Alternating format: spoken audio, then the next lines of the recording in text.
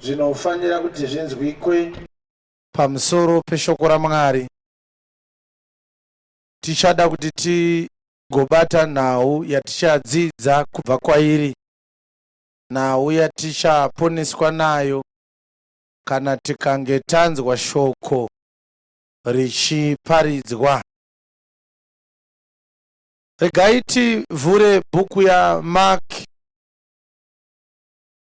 Ndiri kuona kuti panapa pane nhau yakanaka. Tiri kungobata bhuku yaMaki chete. Mark chapter 2 kutangira pavhesi 1 ndo pane vhangeri yatichagoverana manheru ano. Inoti kudii? Wakati mazuva apfuura akapindazve Kapenaume. Vanhu vakanzwa kuti uri mumba. Vazhinji vakaungana, nokudaro vakashayiwa nzvimbo kunyange pamukova. Akavataurira shoko. Vakauya vakaisa kwaari munhu wakanga akafa mutezo, akatakurwa navanhu vana. Zvino vakati vasingagoni kuswedera kwaari nokuda kwevazhinji, vakazarura denga paakanga ari. Vakati variputsa, vakaburusa nhovo pakanga pavete munhu wakanga akafa mutezo. Jesu wakati achiona kutenda kwavo, akati kuna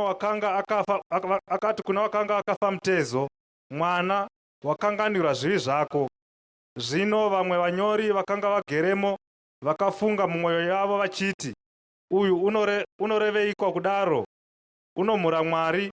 Ndianiko unogona kukanganwira zvivi asi mumwe chete, ndiye Mwari? Pakarepo Jesu, achiziva mumweya make kuti vanofunga kudaro nomwoyo yavo, akati kwavari, munofungireiko zvinhu izvi mumwoyo yenyu? Chiiko chakareruka kuti kuno wakafa mutezo, wakanganwira zvivi zvako, kana kuti simuka, tora nhoo dzako ufambe?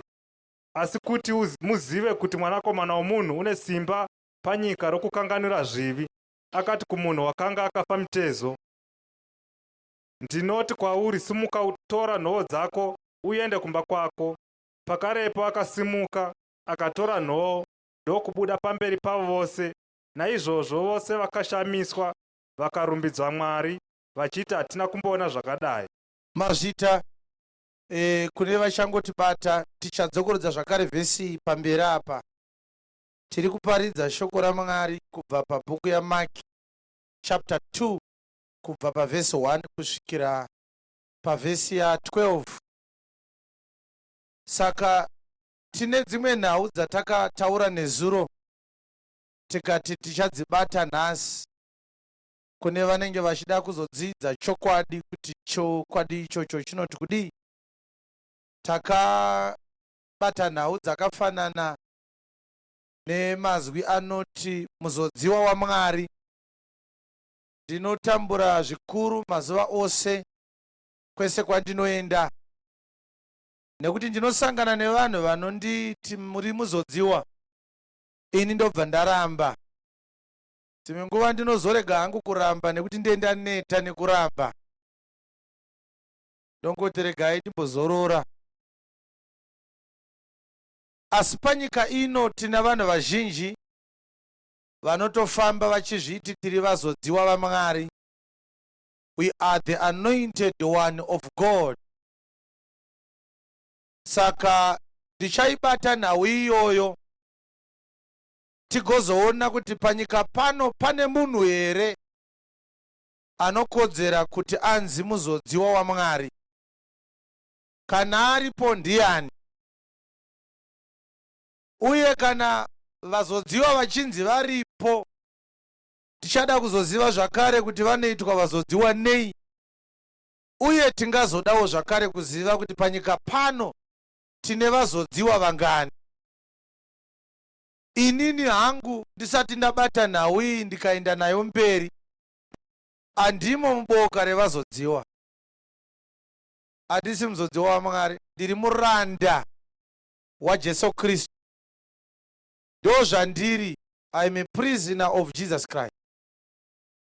Asi ndichazokuratidzai nekufamba kwenguva kuti panyika pano kana paine munhu anozviti ndiri muzodziwa waMwari, munhu iyeye anotori mushandi, anotori mushumiri wenhema. Ndichaburitsa mavhesi andichazovhurisa achakubatsirai. Uye kana aripo anenge achizviti ndiri muzodziwa, ungade kuti uye pano ugozonyorawo mavhesi. Kana wakanyorwa mubhuku yeupenyu uchatendeuka. Kubva nhasi haumbofa futi wakazviti ndiri muzodziwa waMwari. Uye kana aripo anopinda chechi ine vazodziwa vaMwari, uchibva pano unenge uine zvinhu zviviri zvekuita: aidha kuenda kunorambidza vari kuzviti vazodziwa, kana uchigona, kana kutosiyana navo wotochinja kukunamatira. Asi nhau iyoyo ndichaibata later. Ndichada kuti ndimbobata yatavhurisa pano, ichatibatsira kunobata yevazodziwa, toibata. Yevazodziwa ndo yandavinga, asi yoda kuti ibatanidzwe neyandavhurisa. Muverengi weshoko averenga shoko rati Jesu pakati papfuura mazuva akati wandei akapinda muKapenaume. Ndokubva vanhu vazvinzwa kuti Jesu uya anoporesa varwere, Jesu anoita minana, Jesu anoita zvinoshamisa ari muno. Rechirungu rinoti it was noised that he was in the house. Kureva kuti kune runyerekupe rwakafamba rwakaudza vanhu kuti Jesu apinda mumba umu muKapenaume.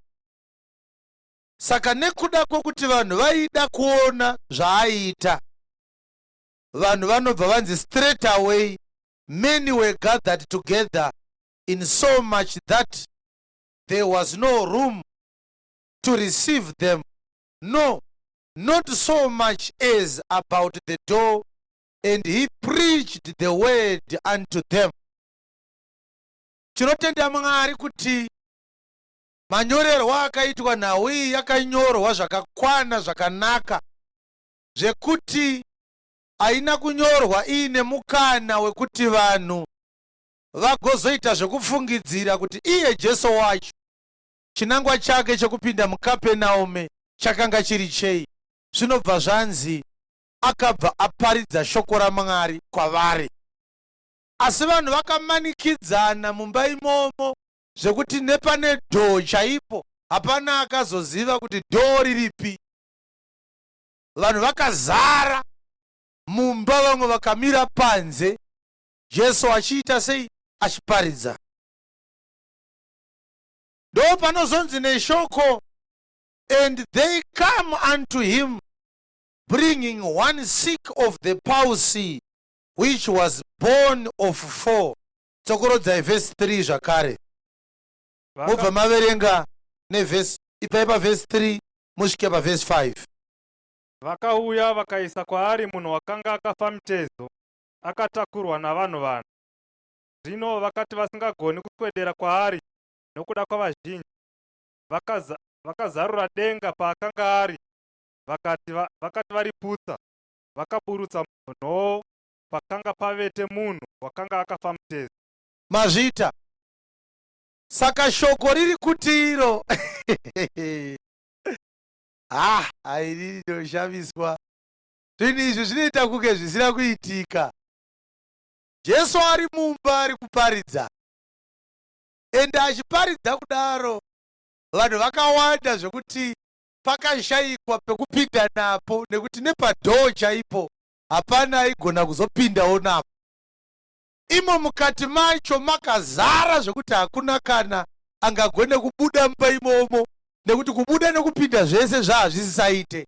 Iye anga ari mukati achiita sei? Achiparidza. Ndo panonzi zvino vakauya, manyorerwo arakaitwa richida kuti rinyatsonge, rakatsanangura kuti ndavanani, harina kunyora vakauya. Rinongoti vakauya vaine murwere anga akafa mutezo. Kureva kuti murume uyu anga akafa mutezo anga achiti haagoni kusimudza ruoko, haagoni kudzikisa ruoko, haagoni kusimudza gumbo, haagoni kudzikisa gumbo. Akafa mutezo, haagoni kufamba kana asina kutakurwa. Saka kune varume manje vangonzi nebhaibheri vakauya vakamutakura, vakanga vari 4, asi vakanga vasina kubata uyo akafa mutezo. Vakaitawo kutakurira pamubhedha. Saka chimubhedha chacho chichiti mumwe nemumwe akabata kona yake. Vakauya vakatakura munhu pamubhedha, vachiuya naye vanzwa sezvakanga zvaitawo vamwe kuti Jesu aita sei auya. Jesu raakanga afambira rakanga riri basa rekuparidza, asi kune vakati uyo akafa mutezo, tikaenda naye pana Jesu zvinonofamba. Ndo panonzi vachisvika pamba pakanga paina Jesu, vakaona kuti pakanga pasina mapindiro kana kuti madeedzero Jesu wacho kuti abude papasina. Shoko rati iro, vakakwira pamusoro pemba yacho makanga muina Jesu, ndokubva vavhura denga remba yevaridzi vasiro varidzi vayo. Shoko rabva rati vakabva varipwanya denga iroro. Tsokorodzai vhesi iyoyo, tangidzai vhesi 3 kusvika pa5. Vakauya vakaisa kwaari munhu wakanga akafa mutezo. Anga akafa mutezo, akatakurwa navanhu vana. Akanga akatakurwa nevanhu 4. Zvino vakati vasingagoni kuswedera kwaari kuti vasvike pana Jesu, vanhu vakawanda hazviite nokuda kwevazhinji, kune vazhinji varipo. vakazarura denga paakanga ari, ndokubva vavhura denga, rufu yemba yacho, kuti apa ndo pana Jesu. Apa tikavhura panapa, murwere wedu anosvika straight pana Jesu. Yes, vakati variputsa. ndokubva vati tikada kunyatsoita rekukwatanura kuti tizoridzosera, zvinotiwestera nguva, ngatiripwanyei denga racho. Vakapurutsa kureva kuti kana anga ari maasbestos, vakatoita kupwanya vachirasa. Munoita basa rekuvhara imba iyi, tida kuona Jesu ari mukati umu. Marata aya ari kuita basa rei, zvekuti nhau iyi yakanaka nekuti yakaitika tisipo, asi dai pakati pedu paine muridzi wemba iyoyi, angadai akatogumbuka nanhasi. Vakapwanya imba yangu, vakaipwanyirei? Vakanga vakatakura munhu akanga achinzi akafa mutezo, vachida kuti Jesu amuporese, asi Jesu akanga ari mumba. Uye kuti vapinde mumba nepadhoo, dhoo rakavharwa, hapapindike. Ndobva vakwira pamusoro pemba, pachinzvimbo chekuti vanyatsobvisawo rufu zvakanaka, votora chizi rine nyundo nepinjisi, vodzura zvipikiri. Kana ari marata vonyatsoaisa pasaidi, voburutsa murwere wavo, vachiti kana chechi yapera toita sei, todzosera. Shoko rabva rati vakapwanya rufu yacho, ndobva vaburutsa murwere wavo nemubhedha. Ivo havana kuburuka, murwere ndiye akaburuka, ivo vakasara vari pamusoro perufu. Jesu achitarira murwere akati kudii? Verse 5. Jesu akati achiona kutenda kwavo, Jesu akati achiona kutenda kwavo, akati kuna wakanga akafa mutezo, akaona kutenda kwevakanga vakamutakura. Iye hapana kutenda kwaionekwa, anga asina kana movement yaaigona kuita. mwana, wakanganirwa zvivi zvako. Isu tanga tichifunga kuti nhau ndeemamiracles, nekuti vanhu vanoda mamiracles. Unonzwa vachiti kwedu kune muprofita wemandiriri anoita zvinogara zvakadaro. Jesu akazoti achiona shasha yakanga yaburutswa neparufu, yaiswa pasi apa iri pamubhedha payo, achitarisa shasha so, shasha yakafa mutezo kai? Shasha haigoni kuona kai? Shasha haigoni kutaura kai? Shasha haigoni kufamba? Shasha haigoni kubata?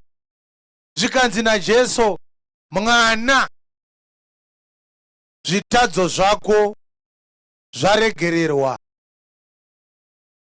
ndo pakatanga nhau yacho yese. Kune vechechi vakanga varipo musi iwoyo vaitofunga kuti vanoparidza shoko raMwari. Nguva yese yanga yakaoma mutezo muchinda uyu, hapana akatraya kumubatsira. Vakazotanga kutaura muchinda paakazonzi zvitadzo zvako zvaregererwa. Asi ndanga ndine mubvunzo wokuti kosei Jesu achitaura naakaoma mutezo achimuti zvitadzo zvako zvaregererwa. Kana munhu achinzi ari kukamhina, anoda here kuregererwa zvitadzo kuti agofamba zvakanaka? Kana munhu achinzi ibofu, anoda here kuregererwa zvitadzo kuti agoona? Angadai akangonzi be healed right now, fire, otoumburuka so otanga kugwina sezvamunoita imi vagari vemuchitungwiza, vamwe vachividura maziso zvichinzi ndiro pawa raMwari. Jesu haana kudaro. Jesu akati aiwa, nhau ndeye zvitadzo zvemuchinda uyu. Kureva kuti kuoma mutezo kwemukomana uyu hakuna kunge kuripo kuti tigozoti Mwari wakanga atuma Jesu kuti apota achiporesa vanorwara. Chinangwa chaJesu chaakanga atumirwa chakanga chiri chekuregerera zvitadzo zvavanhu. Saka kuoma mutezo kwemuchinda uyu kwakanga kuri panyama yake, asi Jesu akanga avinga kuoma mutezo kwakanga kuina vanhu vese vari panyika, asi kwakanga kuri kumweya yevanhu. Munhu wese akanga akaoma mutezo, munhu wese akaberekwa akafa, munhu wese mutadzi. Kuoma mutezo kwemuchinda uyu akanga ari sample yevanhu vese vagere pasi pezuva. Munhu wese akazvarwa akafa, munhu wese akazvarwa ari mutadzi. Nhau iyoyo yekuti munhu akazvarwa ari mutadzi, vanhu vazhinji havainzwisise.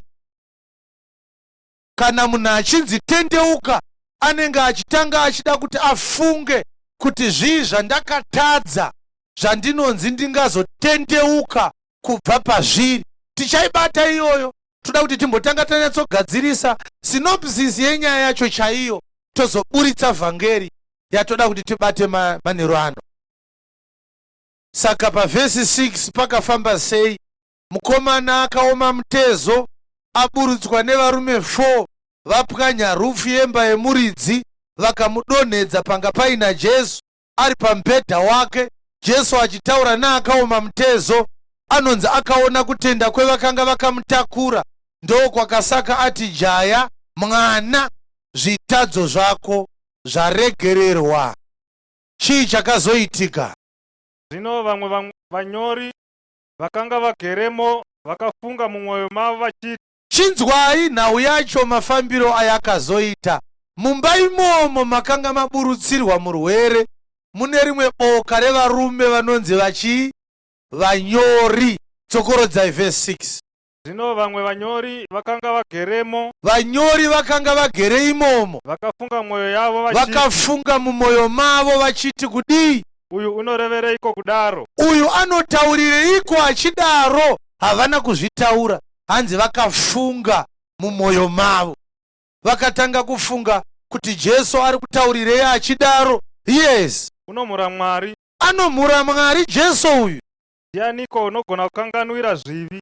Indava anotaura achiti kumunhu, zvitadzo zvako zvaregererwa. Simba iroro rekuregerera zvitadzo ndiani anaro? Asi mumwe chete. Wani ndiye watinoziva anoregerera zvitadzo? Ye Mwari. Mwari ndiye watinoziva achiregerera zvitadzo.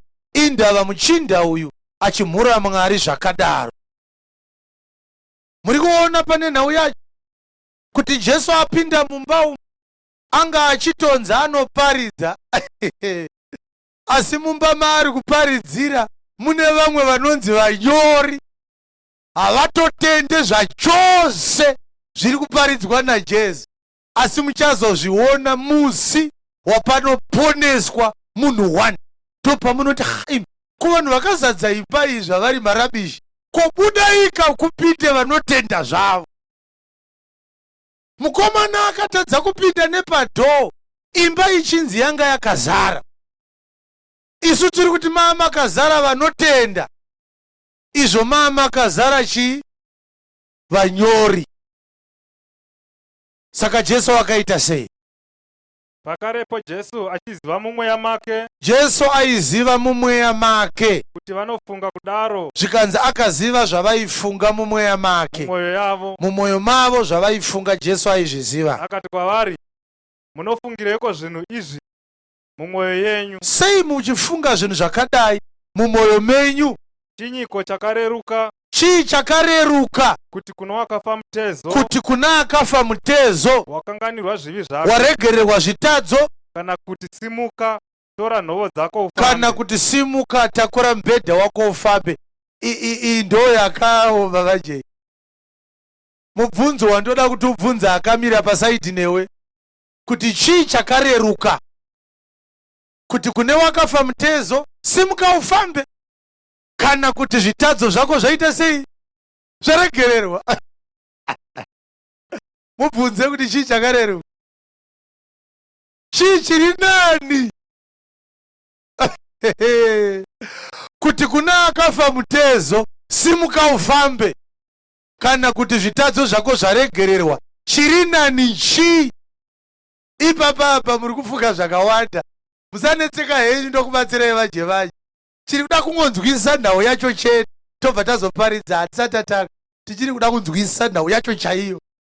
Saka vakomana ava vakanga vachibhonga vari muchechi imomo, ndo vakanga vakazadza imba. Murwere aitoda kutoti apinde nepadhoo, akatadza, imba yakazara. Asi yanga yakazara vakomana vanobhonga, vasingatende Jesu wacho ari mukati. Chitarisai muone kuti vanotenda ndo vari kunze, vari kushaya pekupinda napo. Vakazadza imba havatende, ndo vari kutoti mumwoyo mavo, uyu muchinda anomhura Mwari, indava achiti kumukomana uyu, zvitadzo zvako zvaregererwa. Anozviedza Mwari kamukomana uyu. Jesu ndo paanonzi akaziva zvavakafunga mumwoyo mavo, akati munofungirei mumwoyo menyu muchiti ini ndinomhura Mwari? Chii chiri nani, kuti kuna akafa mutezo, zvitadzo zvako zvaregererwa, kana kuti simuka ufambe? Handei nayo.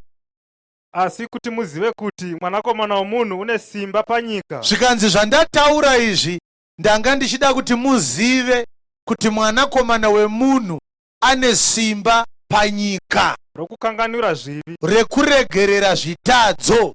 Akati kumunhu wakanga akafa mutezo, Inzwai, ndinoti kwauri, simuka, tora nhoo dzako uende kumba kwako. haiwa,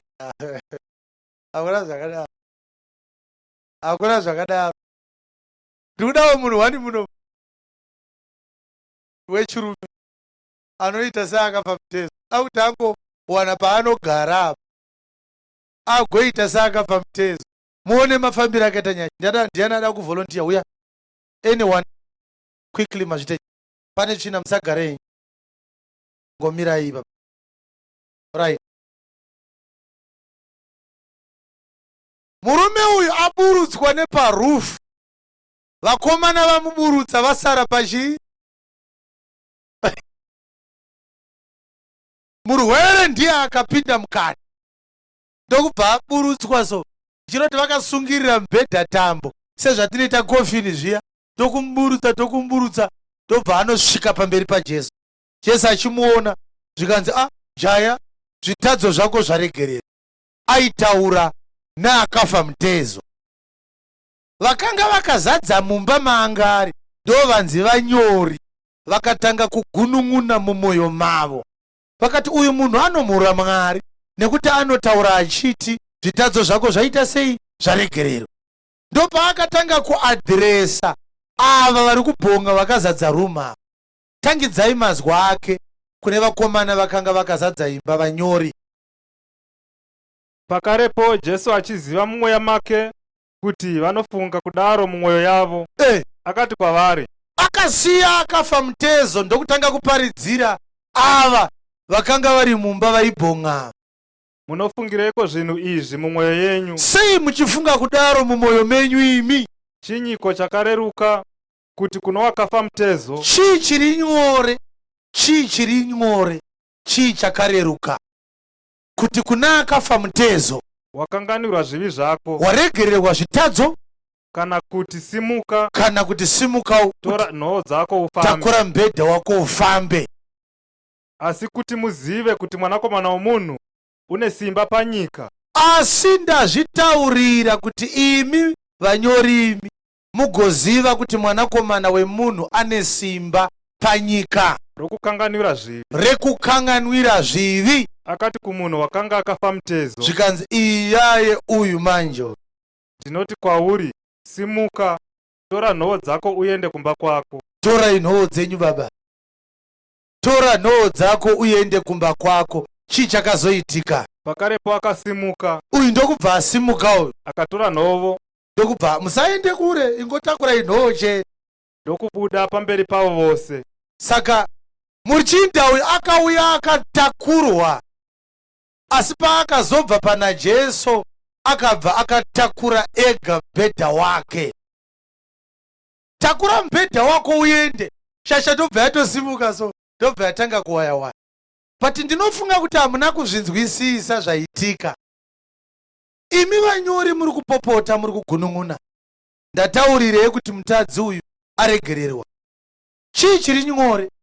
Kuti kuna akafa mutezo, zvitadzo zvako zvaregererwa, kana kuti takura nhoo dzako simuka uende. Asi kuti muzive kuti Mwanakomana womunhu ane simba rekuregera zvitadzo, iwe shamwari iwe, takura nhoo yako uende. Kureva kuti nguva yaakanzi zvitadzo zvako zvaregererwa, haana kumbotakura nhoo yake murume, akatoramba akangoti vata pasi ipapo. Ndapanga paine boka revanyori rakanga risati raparidzirwa. Musi warakazoparidzirwa ndo pakazonzi no, takura mubhedha uende. Asi Mwari wakanga aine chinangwa chekuti agadzire machechi maviri. Every time ukaona vhangeri richiparidzwa, rine machechi maviri achasara aine vhangeri mbiri dzakasiyana. Chechi yekutanga ndeyevanyori, ichasara ichiti Jesu aporesa mukomana anga akafa mutezo. Chechi iyoyo ndeyevanhu vasingatende. Asi chechi yake chaiyo Jesu yaakanga avinga ndeyekuti zvitadzo zvako zvaregererwa. Ndiyo chechi chaiyo iyoyo. Saka kune vanhu vanotoverenga mamiracles akaitwa naJesu vachiti Jesu akafamba pamusoro pemvura, Jesu akasvinudza mapofu, Jesu akabatwa mukombero nguo nemukadzi aibuda ropa, saka Jesu anoita minana. Ichechi yevanyori iyoyo. Vanhu ivava havatende. Dzokai baba. Takurai nhoo yenyu. Murume uyu, vanogaakuitire zvakanaka vanero ano. Murume uyu auyiwa naye kuchechi, aine varume vanga vakamutakura, vazokwadabura rufu wakaipwanya ndokumburudzira panga paina Jesu. Chasaka vapwanye rufu, hanzi vakashayiwa pekupinda napo, makazara. Zvekuti dai Jesu anga ari mufundisi wenzara-nzara, sezvakaita vatinoziva vatiinavo, vanojaja kukura kwebasa raMwari nekuwanda kwevanhu, musi iwoyo ndiwo waanga akadai akadeedza echimetro. Varume ndakazadza rumu yacho yese, vakatozopidza murwere wavo neparufu, pakashayikwa pekupinda nekuzara kwavanhu. Nyamba vanhu vese vanga vakazadza rumu, hapana kana one ainamata, hapana kana one aitenda. Vese dzaitove mhandu dzake, kuti muzvione kuti varume vari mumba umu havatende. Mirai muone mutadzi kana aregererwa. Ndo panonzi vakatanga kuti mumwoyo mavo, indava munhu uyu achimhura Mwari. Ari kunzi munhu uyu ndii Jesu manje nevanyori. Kureva kuti kuzadza rumu zvavo, hapana anonamata. Uye mubvunzo wedu mukuru wanga uri wokuti saka Jesu musi uyu akanga avingei? akanga avinga munhu 1. Ukaiverenga paKapenaume mumba maangari achingopedza kudhila nemuchidha yeyu akatoti sangano rapera, takuenda kune imwe nzvimbo. Kureva kuti muKapenaume makangobatsirwa munhu 1 chete, uyu wokuuya akatakurwa. Asi kubatsirwa kwake kwakanga kusiri kwekuporeswa pakufa mutezo panyama. Akabatsirwa nenhau dzekuregererwa, akanzi zvitadzo zvako zvaregererwa. Kureva kuti Jesu chinangwa chake chekuuya panyika ino chakanga chisiri chekuita zvinhu zvinotarisirwa navanhu, zvinhu zvisina eternal value, zvinhu zvisingagare nekusingaperi, zvinhu zvekudya nezvekunwa zvinoora, zvinopinda mutoilet. Chinangwa chake Jesu chaive chekuti vatadzi varegererwe, vawane upenyu husingaperi. Ndo chinangwa chake ichocho. Vese vaifamba nemuchinda wevakamutakura vaimunzwira tsitsi, pamwe zvichida akatombonza akaroiwa naatete vake, akaroiwa naatsekuru vake, zvichida akatomboendawo kumazowe raJakuwozi, akanzi pana bamukuru vane makombi ndo vari kuita mari nekukuchekeresa kwavakaita, ndokusaka mitezo yako yakaoma yakafa. Asi Jesu achimutarisa haana kumbomutsanangurira kuti ndiani akamuroya, akatomuti mfana une zvitadzo ndo nhau yaurira kubatsirwa pairi, zvikaregererwa unotosimuka ukatanga kufamba so. Kureva kuti nhau dzavanhu ndedzezvitadzo, hadzizi dzekuti dai varapwa vakapora panyama yavo. Nhau ndedzezvitadzo. Kureva kuti kurwara chaiko panyama, it is a manifestation of weakness iri munyama yakatanga nesin, yakatanga nechivi. Hallelujah. Amen. Imboverenga Romans chapter 5 mutangire paverse 12. Tingobata nhau yevatadzi nekuti pakati pedu pano mumwe anoti ina handitukane nemunhu saka handisi mutadzi. Saka zvivi sezvazvakapinda munyika nomunhu mumwe, zvitadzo zvakapinda munyika nemunhu 1, norufu rukapinda nezvivi, rufu rwakatopindawo ruchitevera zvitadzo. saizvozvo rufu rwakasvika kuvanhu vose. Rufu rwakasvika kuvanhu vese. Tsokorodzai. Saizvozvo rufu rwakasvika kuvanhu vose. Tangidzai vhesi yacho chaiyo. Saka zvivi sezvazvakapinda munyika nomunhu mumwe, zvitadzo zvakapinda munyika naAdhamu, norufu rwakapinda nezvivi, rufu runobva rwati zvitadzo zvazvapinda ini ndopindawo.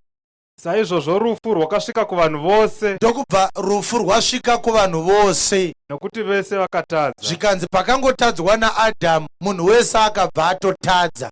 Handei pa14. Nokuti murayiro usati wavapo, Murayiro usati wavapo, zvivi zvakanga zviri panyika. zvivi zvakanga zviripo. Asi zvivi hazviverengerwi munhu kana kusino murayiro. Kana pasina murayiro zvivi hazviverengerwe munhu. Asi rufu rwakabata ushe kubva kuna Adhamu Rufu rwakabata ushe kubva pana Adhamu kusvikira kuna Mozisi, kusvikira kuna Moses. kunyange napakativo pavasina kutadza nokudarika kwaAdhamu, Even vasina kudya muchero wakarambidzwa vakatobva vatotadzawo vakatofawo, waiva mufananidzo wakanga achizouya. nekuti Adhamu wakanga ari mufananidzo weakanga achizouya. Kureva kuti iwewe uri mutadzi kwete nekuda kwezvawakaita. Obviously une zvauri kuita nanhasi, unoba, unonyepa, uri joki, zvese izvozvo unoita. Asi chinosaka uzonzi uri mutadzi hazvisi zviito zvako, mabasa ako. Chinosaka unzi uri mutadzi kuzvarwa naAdhamu. Takazvarwa naAdhamu wokutanga, ndokusaka tiine muviri wenyama. Saka shoko riri kuti zvivi zvakabata ushe pamusoro pevanhu vose, even pamusoro pevasina kutadza nekutadza kwaAdhamu. Kureva kuti mwana ane 1 day old, mutadzi mwana iyeye akatofa, hana denga raanopinda. Mhosva dzake hadzisi dzezvaari kuita, mhosva dzake ndedzekuzvarwa nadzo. Takazvarwa tiri vatadzi. Zviri kunzwika zvandiri kutaura? Amen. Takazvarwa tiri chii? Takazvarwa tiri vatadzi. Ndokusaka uchiona kamwana kane 1 year kanotodya shuga kakapukuta muromo, zvikokunetsa kuti ko ati yekupukuta muromo kadzidziswa nani?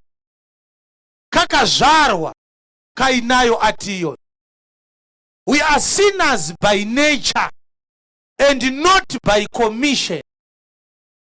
Zviri kunzika zvandiri kutaura? Amen. Kana wakuzoti unonyepa, unoba, unopomba, unodi, inotori manifestation yezvauri, kureva kuti hausi mutadzi nekuti uri kuba, uri kutoba nekuti uri mutadzi. Chiri kusaka ube in nature yauinayo, nyama yauinayo ndiyo mutadzi watiri kutaura. Ndokusaka shoko richiti Jesu akauya kuti vanhu varege kufa, vawane upenyu husingaperi. Kureva kuti Jesu zvaari Adhamu wokupedzesera, vanhu vanozoberekwa naAdhamu wokupedzesera vanoberekwa pamweya, vobuda munyama, havachararama nezvinochiviwa nenyama sezvavaiita pavakanga vakaberekwa naAdhamu wekutanga. Asi hatingataure izvi tichiita setinenge tinofukidzira. Regai tinzwe magwaro kuti anoti kudii. Ndakune vanofamba vachiparidza kuti kudenga kune ngirozi dzevana vacheche. Kune vanofamba vachiparidza kuti mwana mucheche akafa anopinda denga. Kunyepa ikoko hakuna zvangeri yakadaro. Musi wakanzi naJesu, regai vacheche vauye kwandiri nekuti ushe hwokudenga ndehwavakadai. Haana kuti vadiki vanopinda kudenga. Akati the kingdom of heaven is for such. Kureva kuti ushe hwokudenga hauna kunzi ndehwevacheche, asi hwainzi ndehweunhu hweucheche. Chaitaurwa ucheche, kwete mucheche wacho. Ndozvairehwa naJesu. Hallelujah. Vakorinde wekutanga chapter 15 tangire pavhesi ya 45. Ndira kuti munyatsonzwisisa kuti kana tichitaura nhau yekuti tiri vatadzi tinotanga rini kuita vatadzi. Hauna kana dhei rawakambenge uri mutsvene kusvikira musi waunotendeuka. Musi wawaidya Cerelac uchiyamwa pazamu ramai vako, waitoveka mutadzi kanyowani. Wakanga wauya panyika ino uri mutadzi. Nekuti Jesu ndiye anoti ndini nzira, ndini zvokwadi, ndini upenyu. Hakuna anouya kuna Baba asine kwandiri. Kureva kuti wese anofanira kuzopinda denga anofanira kusvika nepana Jesu. Hapana kuitwa exception yekunzi kunze kwavacheche ava havana nidhi yekutenda kuna Jesu. Vari right vanopinda vakadaro. Kunyepa ikoko. Kana imi muchiparidza kuti vacheche havana zvitadzo vanopinda denga, muri kuti Jesu paakarovererwa akarovererwa vakura chete, vacheche havanei nemuchinjo. Asi shoko rinoti pa 3:23 dzavaRoma vese vakatadza vakasasvika pakubwinya kwaMwari. Rinoti for all have sinned. Hapana kunzi except the little ones, except the toddlers, except the infants. Hapana kunzi kwaro. Saka tinoda kufamba nenhau yedu zvakanaka tichinyatsodzwanana. Kana muchifunga kuti mucheche anopinda denga, muri kunyeperana vadikani. Denga haripindwe neucheche. Denga rinopindwa nekutenda mumwanakomana waMwari nevhangeri yaJesu, ndiyo inopinza denga. Ko vanofa vasati vakura kuti varinzwe vakatosikwa vachinzi havapinde. Kana Mwari achida kukupinza achakuregedza ugokura ugosvika paunotenda shoko raMwari wega. Hakuna mubereki anogona kutenda oti ndotendera mwana wangu. Hazviite. Denga idunga munhu. Unototenda wega. Ini ndine mwana izvezvi ari grade 2, mumwe wacho ane 7 months. Tinotori tumahedheni twangu twandinogara natwo. Hapana anonamata ipapo. Kusvikira akura agogona kuzvinzwira ega shoko raMwari, otenda. Haaite mwana waMwari ndamwana wemaApostora. Hamuna vana vevaApostora vanopinda denga. Vachapinda denga vana vaMwari. Kana akasatotenda achapinda mudziva romoto, madhongo achikuma. Handigone kukumbirira mwana kuna Mwari kuti Mwari wangu muitirewo mwoyo munyoro. Anogona kureverera vanhu chete ndi Jesu Kristu pamberi paMwari. Hakuna mumwe munhu anogona kureverera munhu.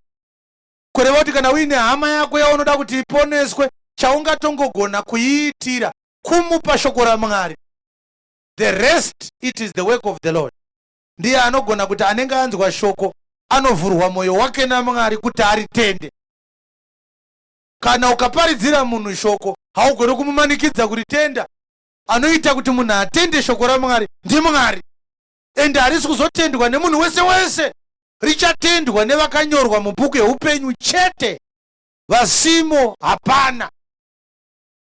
Kureva kuti kana makatendeutswa zviya zvokunzi uye mugamuchire Jesu, makanyeperwa futi, nekuti Jesu haagamuchirwe nemunhu, iye ndiye anotogamuchira vanhu. Haleluya, haleluya. Amen. Handiti akati uyei kwandiri ndikuzorodzei. Zvino kana uchisvika kuna Jesu iwo ndiwo ungati kuna Jesu tigamuchire here? Kana kuti Jesu wauri kuenda kwaari ndiye angatoti tigamuchire. Jesu ndiye mupenyu, iwe wakafa muzvitadzo. Anogamuchira mumwe chitunha nemupenyu ndiani? Handiti kana munhu ari mutadzi shoko rati anenge akafa. Zvino akafa nemupenyu, anogamuchira mumwe ndiani? Handiti wakagamuchidzwa Jesu iwewe? Kuita kunge kotopeya rekukandirwa nzigama so wogamuchira kudai so. Verengai 15:45 dzavaKorinde wokutanga. Zvakanyorwawo saizvozvo zvichinzi, Zvakanzi kudii? munhu wokutanga Adhamu Munhu wekutanga Adhamu wakaitwa munhu mupenyu. akanga ari a living soul. Adhamu wokupedzisira Adhamu wokupedzesera ndiJesu wakaitwa mweya unopa upenyu. akaitwa a quickening spirit. Asi zvomweya hazvisi zvokutanga, Zvemweya handizvo zvekutanga, asi zvokuberekwa zvenyama ndo zvakatanga, tevere zvemweya. zvemweya ndokubva zvazotevera. Munhu wokutanga ndewenyika. Adhamu wokutanga ndewenyika, inyama yauinayo iyi ndio inonzi Adhamu wokutanga iyi. Wevhu. Ndewevhu munhu iyeye. Uri kuona pane nhau yacho. Adhamu wokutanga ndewechii? Ndewevhu. Yes. Munhu wechipiri wakabva kudenga. Kristu ndiye munhu wechipiri akabva kudenga. Saiye wevhu. Saiye wevhu Adhamu. Ndizvo zvakaitavo avo vevhu. Ndo zvakaita isu tese tiri vevhu. Tinogara munyika, tinogara munyama. Sezvakaita wevhu ndo zvakaita vese vari muvhu. Unotogara muvhu izvezvi uri munyama, wakafana mudhara wako Adhamu. Yes. Saiye wokudenga. Saiye wekudenga. Ndizvo zvakaitavo avo vokudenga. Ndo zvakaita vekudenga. Uye sezvatakatanga tino mufananidzo womunhu wevhu. Takatanga tiine muviri wenyama, tiine mufananidzo wevhu, tichirarama sezvaida nyama yedu. Tichavavo nomufananidzo waiye wokudenga. Tichafananidzwa newekudenga, kureva kuti paunoponeswa unobva wachinjwa nature, waakutora nature yaKristu akanga ari wekudenga. Saka patinozosvika patime yekunzi denga raakupindwa, Kristu anofanira kunge aumbwa mauri zvakazara. Ngatiwanei zvakare imwe vhesi ingatibatsire kunzwisisa nhau iyoyo. 3:5 dzaJohani. John chapter 3 verse 5. Saka anoti zvirokwazvo zvirokwazvo ndinoti kwamuri, ndinoti kwauri, kana usingaberekwe nemvura nemweya haungatongopinde muushe wokudenga.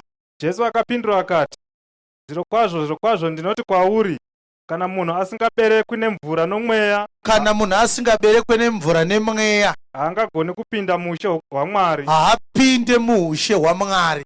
Chakaberekwa nenyama inyama. Chakaberekwa nenyama chii? Inyama. Chakaberekwa nemweya. Chakaberekwa nemweya chii? Mweya. Kureva kuti kana munhu akuponeswa akuberekwa pamweya mai. Akuberekwa pachii? Pamweya. Asi paunozvarwa panyama unenge wakaberekwa nenyama. Saka John 1 verse 12 ne13 inoti kudii? Inoti asi vese vakamugamuchira wakavapa simba kuti vave vanakomana vaMwari. Asi vose vakamugamuchira wakavapa simba kuti vave vanakomana vaMwari. Ivavo vanotenda kuzita rake. Ivavo vanotenda kuzita rake. Vasina kuberekwa nenyama. Avo vasina kuberekwa neropa. Mazvinzwawo. Kana nekuda kwenyama. Havana kuberekwa neropa, havana kuberekwa nekuda kwenyama, kana nekuda kwemunhu. Kana nokuda kwomunhu. Vakaberekwa nani? Asina Mwari. Vakaberekwa naMwari. Saka kana waakuponeswa unenge waakuberekwa naMwari. Ndosaka uchinzi berekwa chii? Patsva. Saka nhau iyi yaiudzwa Nikodhimo pachapter 3 yaJohn achiti ndopinde here mudumbu ramai vangu rwechipiri. Zvikanzi aiwa yekupinda mudumbu inobereka munhu panyama, yatiri kutaura haipinde mudumbu, inoberekwa munhu pamweya, unoberekwa neshoko raMwari. Saka tiri vatadzi nekuti takazvarwa nembereko yaAdhamu. Kana taakuponeswa tinototanga tasvika pana Jesu. He is the beginning of salvation. Zvekuti wazotadziswa nei kusvika pana Jesu, izvo muchazonotaurirana maakudziva romoto. But denga haripindwe manje kana usina kupfuura nepana Jesu. Zviri kunzwika zvandiri kutaura? Romans chapter number 10 verse ya 13 inoti kudii pamusoro pekuponeswa? Inoti ani kana ani anodana kuzita rake uchaponeswa. Nokuti ani nani unodana kuzita rashe uchaponeswa. Kureva kuti kuponeswa kunoda kuti uite sei? Aiwa, ngatidaireva dikani, tiri vapenyu here pano? Kuponeswa kunoda kuti tiite sei? Tidane kuzita rani? Saka kana ichinge yanzi ndo condition yekuponeswa, uyu we3 months akashaya uyu akanga atodana here? Aiwa, toda kuti tibate kamagwaro tigowana umpowo hwekuti vhangeri nderechokwadi here. Vhangeri rinofanira kuitwa checked and balanced namagwaro. Anoponeswa ndeanenge adana kuzita rake. Saka kana ukashayiwa mukana wokudana kuzita rake hauponeswe. Zvekuti watadziswa nei zvatoo zvimwe. Muchechi haana kudana kuzita rake akafa ari muchechi. Tangidza verse 13. Nokuti ani nani unodana kuzita rashe uchaponeswa. Ukadana kuzita rake uchaponeswa. Saka mumwe anga atoti ndaakutodana izvezvi, mumwe obva atoti tomudana tomudana. Wotoshaura dana tomudana. Ibomirai kudana isati yapera vhangeri. Ani kana ani anodana kuzita rake achaponeswa. Totodana here zvikadzayewa? Ibomirai handei pamberi pacho. Zvino vachagodana seiko kuna iye wavasina kutenda kwaari? Zvikanzi havabvumidzwe kudana kana vasina kutenda kwaari. Kureva kuti kana ukati ndakutodana zvinonzi ibomirai botenda. Saka tototenda katidane. Vachatenda seiko kuna iye wavasina kunzwa? Zvikanzi kutenda ibomirai futi, mototanga manzwa kuti mutende. Iwo unoda kudana kuti uponeswe, wamiswa kudana uchinzi mbotenda. Ukati ndotendere zvikanzi mbomira kutenda ibonzwa. Vangatenda sei kana vasina kunzwa nezvaJesu wacho anoponesa? Motombomira kutenda kusvikira manzwa nezvaJesu wacho.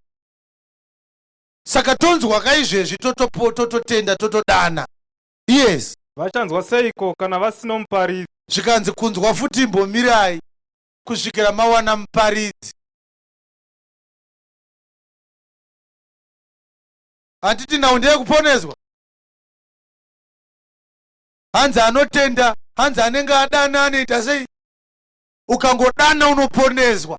Zvikanzi hold on, haudane kana usina kutenda. Tototenda here zvikanzi hold on, hautende kana usina kunzwa. Tonzwa here zvikanzi wait, haunzwi kana pasina muparidzi. Saka tongotenga kamabhaibheri totoparidza izvezvi. Vanhu votonzwa votenda vobva vadana voponeswa. Vanoparidza here? Vachaparidza seiko kana vasingatumwi? Zvikanzi kuparidza futi ngavamire kusvikira vatumwa. Homberera Jesu maoko. Uri kuona here kuti nhau yekuponeswa inotangira pana Jesu ichiperera pana Jesu? NdaJesu ndiye ari kunzi mukamudana anoita sei? Anokuponesai. But ari kuti mbomirai kumudana kusvikira matenda. Hamungatende kana musina kunzwa nezvake, hamunganzwe nezvake kana musina kuparidzirwa. Panoparidza manja ndo panonetsa manja. Zvikanzi havangaparidze kana vasina kuita sei? Kutumwa. Saka kureva kuti Jesu akada kuponesa vanhu anotanga nekuita sei? Nekutuma vanoita sei? Vanoparidza. Kana vanoparidza vaparidza, imi monzwa. Kana manzwa motenda. Pakutenda panoda basa rake futi. Ndiye anovhura hana dzenyu kuti mutende. Kana matenda mozodana kuzita rake mobva maponeswa. Satani akaiziva prosesi akati hainetse. Handiti pari kunzi vanhu vanotenda vozodana voponeswa. asi havatende kana vasina kunzwa, havanganzwi kana vasina kuparidzirwa, havaparidzirwe kana pasina akatumwa naJesu. Ini manje ndida kuvatumira vangu. Saka kune vari kuparidza asi havana kutumwa naanoponesa, vakatumwa naShatani. Aritotumawo vake. Unongoenzwa vhangeri yacho kuti haisi yekuponesa iyi. Unofunga kuti Jesu angatume vanhu kuti vaswere vachingodzinga madhimoni? Unofunga kuti zvingaite izvozvo? Handiti vadzidzi sekibera kumashure mushana. Handiti vadzidzi rimwe zuva vakava vachiti tadzinga madhimoni stereki, tikanzi dzikamai zvemadhimoni handidi kuzvidzwa pano. Satani chaya yakadonha kudenga, ndakatarisa handambozvitaura kuti ndakutozvitaura nhasi. Musafarire zvokudzikwa kwemadhimoni.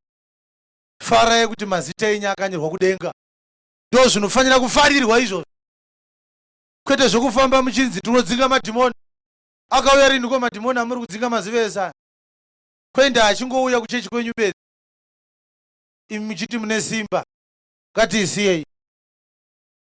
Wakaona madhimoni zvaanoita kwamagaya? Akabuda anotanga kuti magaya ane simba risingaiti, hanzi muno muri kupisa. Vanhu votanga kutombera zvikanzi ashuwa. Ukaona madhimoni achitodaroka ichokwadi. Ambopinda muchechi wotanga kuti muri kupisa. Apinda zei? Unofunga kuti mbavha ingapinde mumba mako yobva yazotanga kuti muno mune security isingaite? Iyo yatopinda kudhara. Inda muchinyeperwa zvakapusa imi. Umberera Jesu maoko. Dai mine power yaipinda akambavha yacho. Ukatoona yatobopinda hapana simba. Ifraudi yamuri kuitirwa. Orati ngatidzokei kumurume wemubhedha wake uyu. Ngatingoti murume wemubhedha.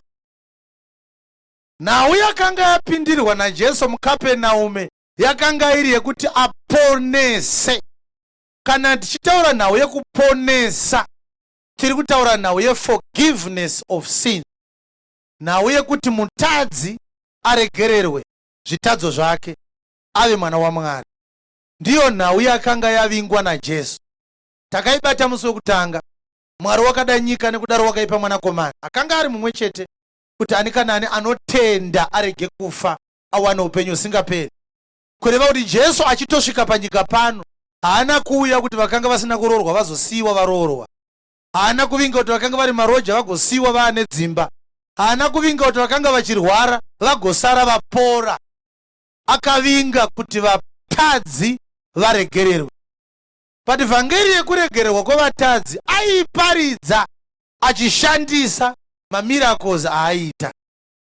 Muchinda uyu anga akaoma mutezo, asi Jesu paazosvika paari haana kumuti be healed, amuti your sins are forgiven.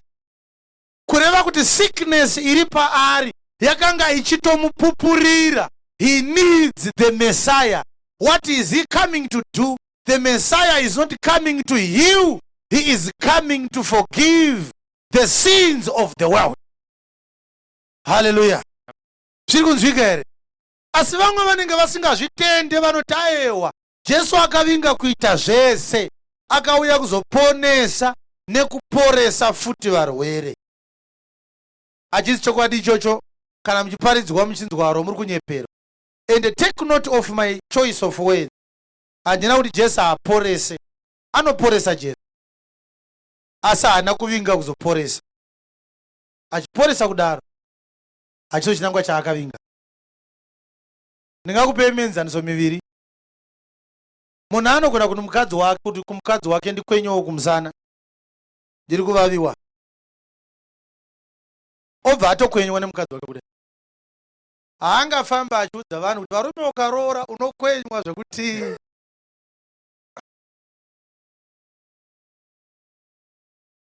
Ukatonzwikwawo chidaro unonzi enda unotariswa pfungwa. Hakuna anomboroorera mukadzi kukwenywa musana. Asi kana waroora ungatadzewo kukwenya. Ibenefitiwo iyoyo. Zviri kunzwika zvanotaura? Zvataita tiri high school, taiti kana tikanga tadya chikafu tikapedza kudya, taizononetsana nevanobika kukicheni vaya tichida goko. Kosekuru tipewo kagoko, taida goko reraisi, ndora taida iro. I remember nemukoma wangu tichitori vadiki, taitorwira goko reporiji chairo, taitobakisana, tadya poriji taguta goko. Saka pia vangu vaiti chinjanai kusuka mandiro, tatiri vakomana tiri vaviri. Saka kana pabikwa poriji ndaibva ndati inini juti rangu rari remangwana rara nhasi, ndarichinja, ndaita muromo usingaini. Mukoma ngoti awa nhasi ndini ndiri kusuka, ndoti unosuka mangwana, pane kwandoda kuenda. Apa ndaida kutaimira goko. But mbuya vakabvunzwa kunzi mabikirei poto yeporiji, vanotaura nhau yeporiji rinoda kuti ridyiwe nevana vagoguta. Hakuna angateye poto yeraisi onzi chinangwa chako ndechei oti ndoda kugadzira goko. Hakuna zvinhu zvakadaro. Kana vanhu vachirima chibage, chibage chinodyarwa chomera chokura, chozotyorwa, chonobikwa chiri chinyoro, chozooma, chogaiswa. Asi pazuva chinenge chiri chinyoro, ukatyora chibage so ukaenda kunobika, panosara gunde. Gunde iro riya tairidya, gunde riya harinyanyonaka zvaro sezvinoita ipwa kana nzipe, asi rinodyika. Hakuna munhu angadyare munde wechibage agozoti ndiri kuda magunde. Hakuna zvinhu zvakadaro. Asi kana uine chibage chako, gunde ibenefit yekungoti watora zvangu chibage chako, magunde ako ungazoita sezvako unozogona kuzawana. Saka pane zvinhu zvinoitwa naJesu achiitira vanhu vaakasika nekuti ndiMwari, ogozoita his core objective, chinangwa chake chekuti ari Mwari akazviita munhu akagara pakati pevanhu, chakanga chiri chekuti vanhu vaite sei? Vaponeswe.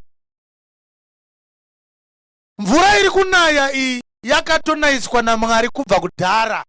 Mwari ndiye anonayisa mvura, ende hakuna vakambonzi nepasta wavo Mwari gore rino ati hainaye kana musina kundipa $50.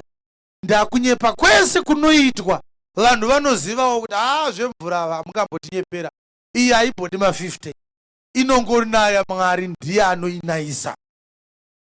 Munozongotsotswa bedzi panhau dzekunoroorwa nechi makunzi hamurorwe kana musina kusidha. But zuva chairo iri riri kungobuda, hapana akamboti no, there is a powerful sun rising tomorrow, give your money, you shall see that sun. Munhu wese anongozoti zuva ndereMwari, anongoriburitsa kana achida. Kukangopfumawo kuine makore ndozvaada muzivo. Hazvisidhirwe zvezuva, zvinoitwa nani izvozvo? naMwari. Anozviitira vanhu vaakasika.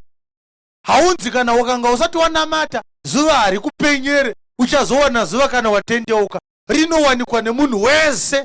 Tsikamutanda anotoyanikawo chimera chake paruware achitotemba naro zuva iroro, asi nderaMwari waasinganamata. Zviri kunzika zvandiri kutaura? Chapter 1 verse 15 yaTimoti wokutanga inoti, this is a faithful saying worthy of all acceptation, that Christ Jesus came to save sinners, over at of whom I am chief. Verengere shona tinzwa kuti rinodaro here. Timoti wokutanga chapter 1 verse 15. Chokoro zvokwadi Kristu. Verenge. Ishoko rezvokwadi rakafanira kutendwa. Ishoko rechokwadi rinofanira kutendwa. Kuti Kristu wakauya panyika kuzoponesa vatadzi. Kuti Kristu akauya panyika kuzoponesa vatadzi. Ini ndiri mukuru kuvatadzi vose.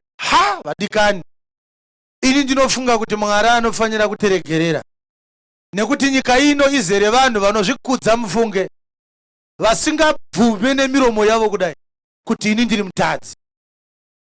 Unonzi achita waidaitadza zvangu pati bichana, pati ndainzwisisa. Isaya achinonyora nhau yekururama akaitaura nemutoo unoshamisa. Handei kuna Isaya. Toda kuti tibate nhau yemutadzi, tobva tatsanangura neyamukomana akanga azonzi takura mubhedha, tobva tazonobata nhau yemuzodziwa, todzibata dzese iye nhasi. Isaiah chapter 1.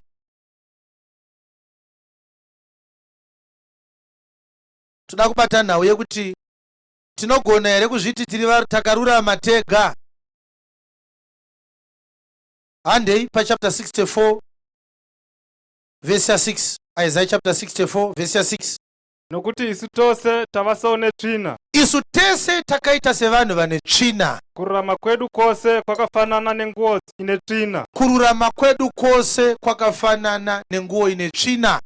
Isu tose tinooma seshizha, Tinooma seshizha. zvakaipa zvedu zvinotibvisa semhepo. Inzwai rechirungu. But we are all as an unclean thing, and all our righteousnesses are as filthy rags. And we all do fade as a leaf, and our iniquities like the wind have taken us away.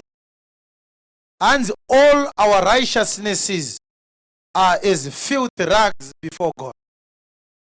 Ukaverenga manyorerwa akaitwa muchihebheru, vhesi iyoyi izwi kuti filthy rag reshona rangoti se mucheka une tsvina, asi ringadai reshona rakati sedhende rine tsvina. Izwi kuti rag neshona rinoreva dhende. Ende dhende raitaurwa naIsaya aitaura machira aishandiswa nemadzimai enguva iyoyo panguva dzavo dzekutevera. Kwakanga kusati kwane zvakaita semapedzi anoshandiswa mazuva ano. Saka Isaya achinyora akanga akasutswa nemweya mutsvene. Ndiye ari kutaura achiti tese tine tsvina tiri vatadzi pamberi paMwari. Kururama kwedu kwandinoti ndagona, ndashingaira, ndaita zvakati, ndaitawo rudo ndikapa munhu asina chokupfeka hembe yekupfeka. Hanzi all our righteousnesses are as filthy rags unto the Lord. Kureva kuti paunenge wagona wega uchiti I have done my best, unenge wakafanana nejira rashandiswa nemudzimai ari kutevera. Ndokusemesa kwaunenge uchiita pamberi paMwari. Kusvikira musi waunoita submit kurighteousness yaKristu, ndiye akafadza Mwari.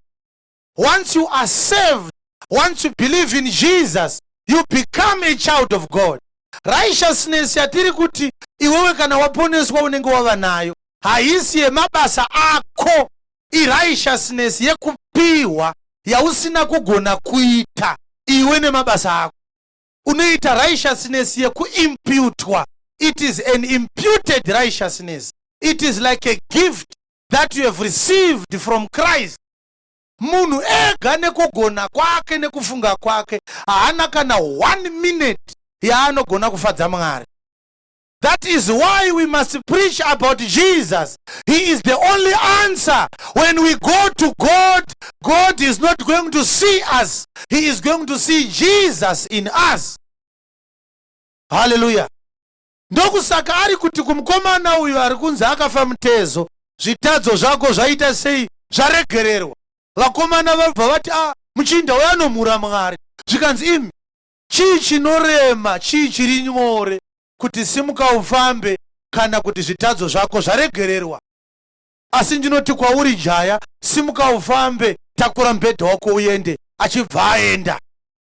Mazwi aida kuti aburitse pamubvunzo wake, chii chiri easy kuti zvitadzo zvako zvaregererwa kana kuti simuka ufambe.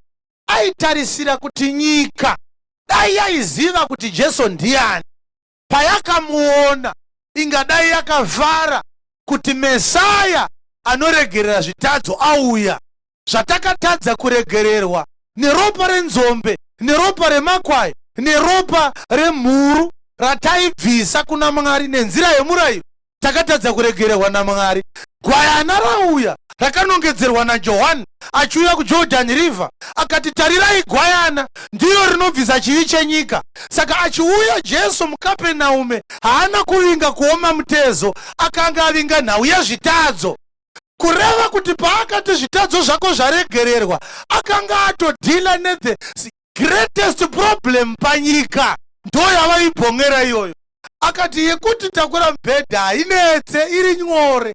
Inonetsa ndeyekuti zvitadzo zvako zvaregererwa. Iyoyo hamugone kuiitirana pachezvenyu.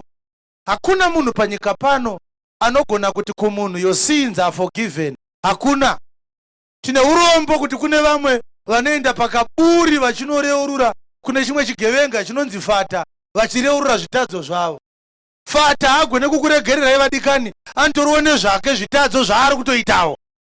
There is only one man who is ordained in God to forgive us of our iniquities. His name is Jesus Christ. Romans chapter 5 verse 6 to 8. Inoti iyo, God commended his love towards us in that while we were yet sinners, Christ died for us. Jesus ndiye advocate pakati pedu naMwari. Ndiye ega anogona kutaura naMwari kuti iwe ugoregererwa. Nauye kuti uri kurwara, ichokwadi Mwari anogona kukuporesa. Asi handiyo yakavingwa naJesu. Mwari anoporesa, ndiye akasika maphysical means anoporesa vanhu panyika pano. Zvipatara zvamuri kuona izvi zvinotorapwa vanhu vachipora nana chiremba. Akasika vana chiremba ivavo ndiMwari. Nzara chaiyo chaiyo chirwere zvekuti ukasatodya ukanyanya kugara usingadyi chinotokuuraya chirwere chenzara. Kunana Ethiopia uku kumberi nana Somalia uku kune vanhu vakafa thousands nenyaya yenzara. Kureva kuti ukatobika chikafu ukadya chinotori chipatara chawagadzira. Hachidi prophet kana man of God kungotsvaga upfu nehuni wocheka mavheji ako wotofafaidza wotorapwa nzara yako yatora wakutonong'ona mazino. Chakavingwa naJesu kuita sei? Kuponesa mutadzi. Saka dambudziko randinaro manheru ano, imbomberera Jesu maoko ndofunga tabata nhau yacho yese zvakanaka, yasara kuti ichiparidzwa itsanangurwe. Jesu ari mumba ende makazara vanhu vasingatende. Kobva kwaita mumwe akaoma mutezo haagone kufamba. Ane vanhu 4 vanga vakamutakura ari pamubhedha. Ndobva vanokwadabura rufu ndokumburutsa mukati mami naJesu. Jesu ndobva aona kutenda kwavo akati, jaya zvitadzo zvako zvakaregererwa, takura mubhedha wako uende. Ndokubva atakura mubhedha, ndokubva atanga kuenda. Mubhedha uyu waakatakurawo ndo waanga akambotakurwa nawo musi waakanga achakaoma mutezo. Musi waanozopora, musi waanozopona, musi waanozoregererwa zvitadzo, ndo paanozoonekwa for the first time asina kutakurwa nemubhedha, asi iye akatotakura mubhedha wacho. Ndo dambudziko randavinga muno muchitungwiza. Ndaona vazhinji vakatakurwa nemubhedha. Kureva kuti wese akatakurwa haasati asvika pana Jesu. Ane zenga asvika pana Jesu haaonekwa akatakurwa, anotoonekwa akatakura mubhedha achitodedzera mubhedha, ndakausenga, ndaakuzvifambira, ndaakuenda. Haleluya, haleluya. Iri kunzwika here vhangeri yandiinayo pano? Aha. Wakatakurwa kapa mubhedha iwewe nevamwe varume 4 vakakutakura. Asi kana wasvika pana Jesu achakuponesa, tichazoona ruponeso rwako watakura wega mubhedha wakutozvifambira. Saka mubhedha chi? Ndo pane nyaya. Haleluya, haleluya. Iri kunzwika here vhangeri?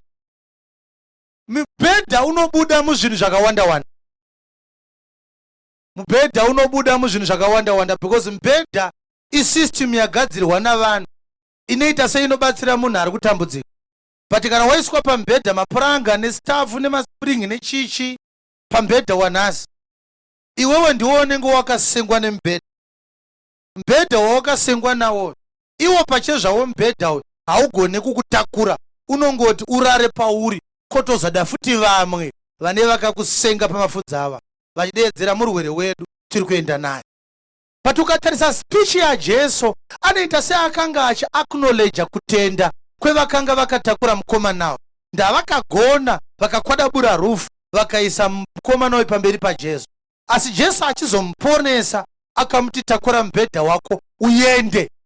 Haana kuti takura mubhedha wako ubatane nevamwe vaya vaongo wakatakurwa navo muende.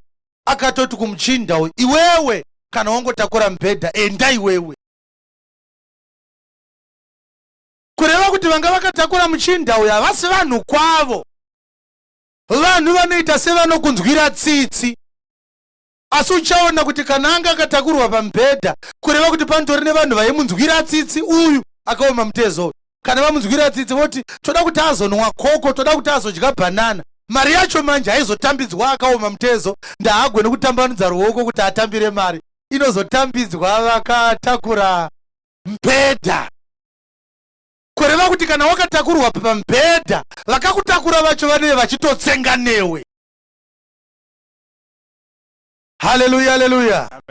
Asi unenge uchiti vari kundinzwira tsitsi, at least vakaita sei zvavo, vakanditakura. Saka kune vanhu vane zvinhu zvavakatakurwa nazvo, zvavasiri kuona kuti zvinhu zvakavatakura. Pati zvinhu izvi hazvisiri mumaoko mavo. Ndambedha kana wakatakura akaoma mutezo, une wakabatwa nevasina kuoma mutezo. Saka vane vaine wristband yakanyorwa zita remuprofita. Kureva kuti zita remuprofita ndiye ane simba riri pawristband. Iye ane wristband haasiri ane simba. Saka uchiona anoti kana achiripfeka anoti handiite accident ndikakwira kombi, handibirwe ndikanga ndichifamba ndichinohodha, kana ndiine wristband handiroiwe. Kureva kuti wristband unotori mubhedha wawakatakurwa nawo, ende akakutakura pamubhedha ipapo ane mari yaari kuwana nemubhedha iwoyo, nekuti wristband ari kukutengesera. Kureva kuti wese anenge aine wristband anotori nemunhu akamudyira mari kuti agotakurwa pamubhedha iwoyo. Omberera Jesu maoko. Haleluya. Amen. Wakatakurwa kaiwewe. Asi Jesu musi waanomuitira zvakanaka, akamuti ndikunzwe kuti wapinda futi mubhedha. Takura mubhedha, this time mubhedha una kukubatsira. Iwe ndiwo wakatobatsira chii zvako. Kureva kuti mubhedha wakutongoutakura kuti uende nawo kumba. Otherwise hausisina chiyamuro pakurarama kwako. Saka anonamata Mwari wechokwadi haatakurwe nemubhedha, anotakura mubhedha. Hauna kuzvinzwa? Anonamata Mwari wechokwadi haatakure Mwari achinzi ari muchigubhu chemafuta, asi Mwari uyu achinzi akaiswa muchigubhu navamakandiwa kana vamagaya. Mwari haakwane muchigubhu chemafuta, kanotori kamubhedha kawakagadzirirwa kuti ugopota uchitorerwa mari. Musi wauchatanga kufamba wasangana naJesu, uchabata kachigubhu so wokanda so woti handichengetwe nekagubhu kemafuta iri, ndakasangana naJesu wechokwadi, ndakuzvifambira ndega ndichienda kuupenyu husingaperi. Haleluya, haleluya. Amen. Zviri kunzwika zvandiri kuparidza panapa. Unonamata amai Maria unopenga. Wakanzwa kuti pamuchinjikwa amai Maria vakazomboti kuna Jesu, imboburuka indimbokwirawo pamuchinjikwa ipapo. Unovadii amai Maria iwewe? Ivo amai Maria vaunongoti mai Maria muzanda vari kupi? Havana kufa here amai Maria? Vakazomuka here amai Maria? Vakakwira kudenga here amai Maria? Vakasiya here vati ndinonokugadzirirai pekugara amai Maria? Saka vauya rinhiko muvhangeri? Dai amai Maria vainamatwa navo muvhangeri, James mwana wavakazvara akanyora the book of James, angadai akati ndiri muranda waJesu namama amai Maria. Enda unoverenga bhuku yaJames yese, hamuna kana zita raamai vake amai Maria. Anotoshama iwe muhedheni akasviba kuti tsvaa kudai so, wakuti uri mwana waamai Maria iwewe. James chaiye mwana wavakazvara haana kumbovataura. Hanzi muzere Gracia. Gracia vakaiwana kupi amai Maria? Chirozari chauinacho mubhedha wawakatotakurwa nawo. Haleluya, haleluya. Tsano, simukai pamubhedha apa mutange kuzvifambira, makananga kuupenyu husingaperi. Burukai pamubhedha apa. Makaoma mutezo hamugone kufamba. Kana munhu akaoma mutezo haagoni kuita sei? Kufamba. Saka achivimba nekuita sei? Nekutakurwa. ndokusaka uchinamata uchiti Mwari wababa Guti, wega kuzvinamatira kuna Mwari uchiti kuna Mwari muri Mwari wangu haukwanise, wakatakurwa nemubhedha wasekuru. Saka kana Mwari ari waGuti wako aripi? Guti asati azvarwa Mwari anga ari wani? Bvunza ari pasaidi pako kuti Guti asati azvarwa Mwari akanga ari wani?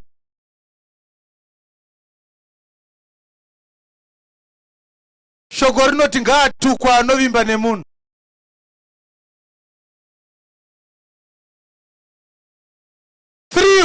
dzavakorinde vekutanga.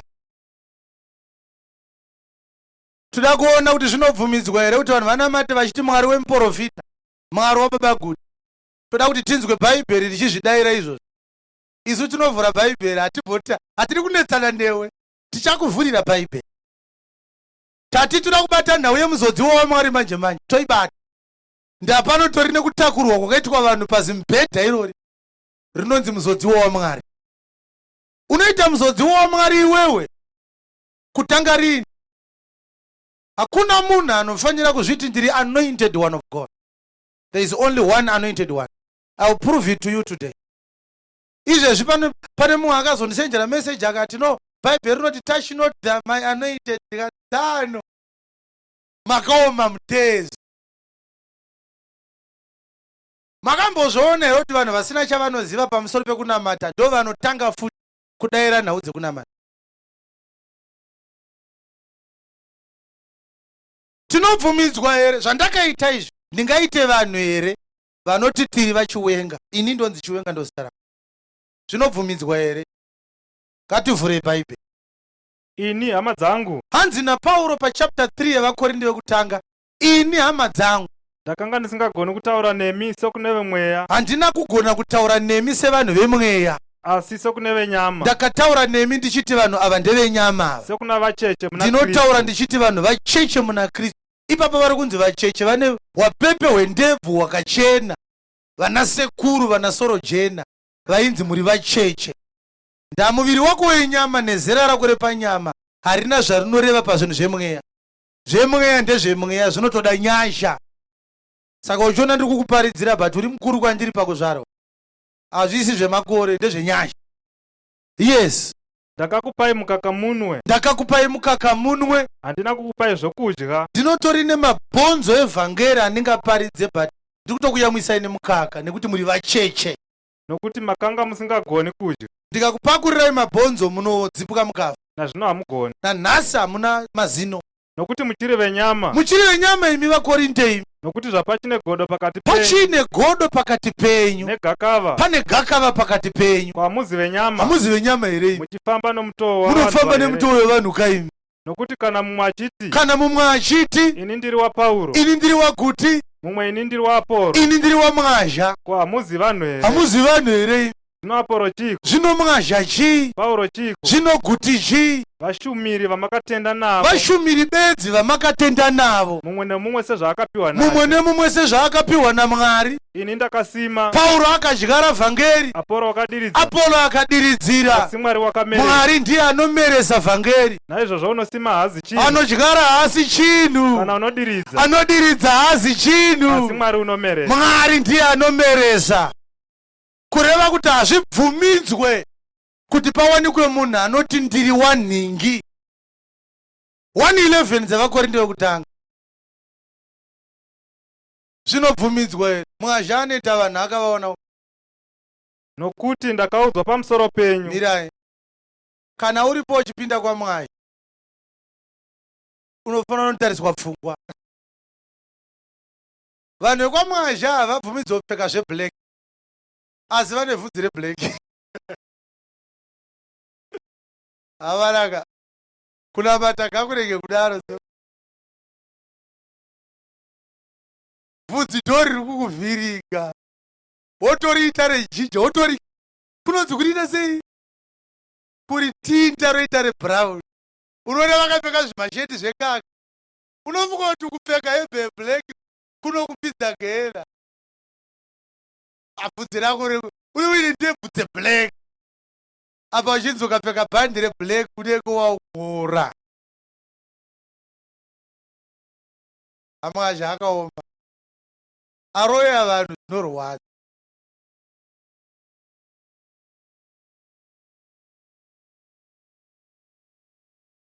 Saka uchaita sei? Black makaivenga. Apa mapoto ese ndeeblack.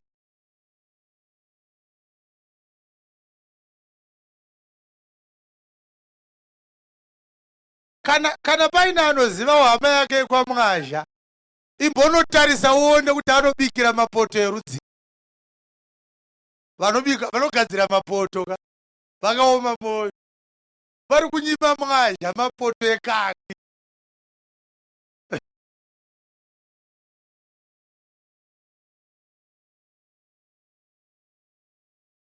Waitwa muranda wemumwe munhu. Hausati wamboverenga Bhaibheri wega kuti zvinorambidzwa here kupfeka hembe yeblack? Kana kutenda kuti ukapfeka dzekaki unopinda denga.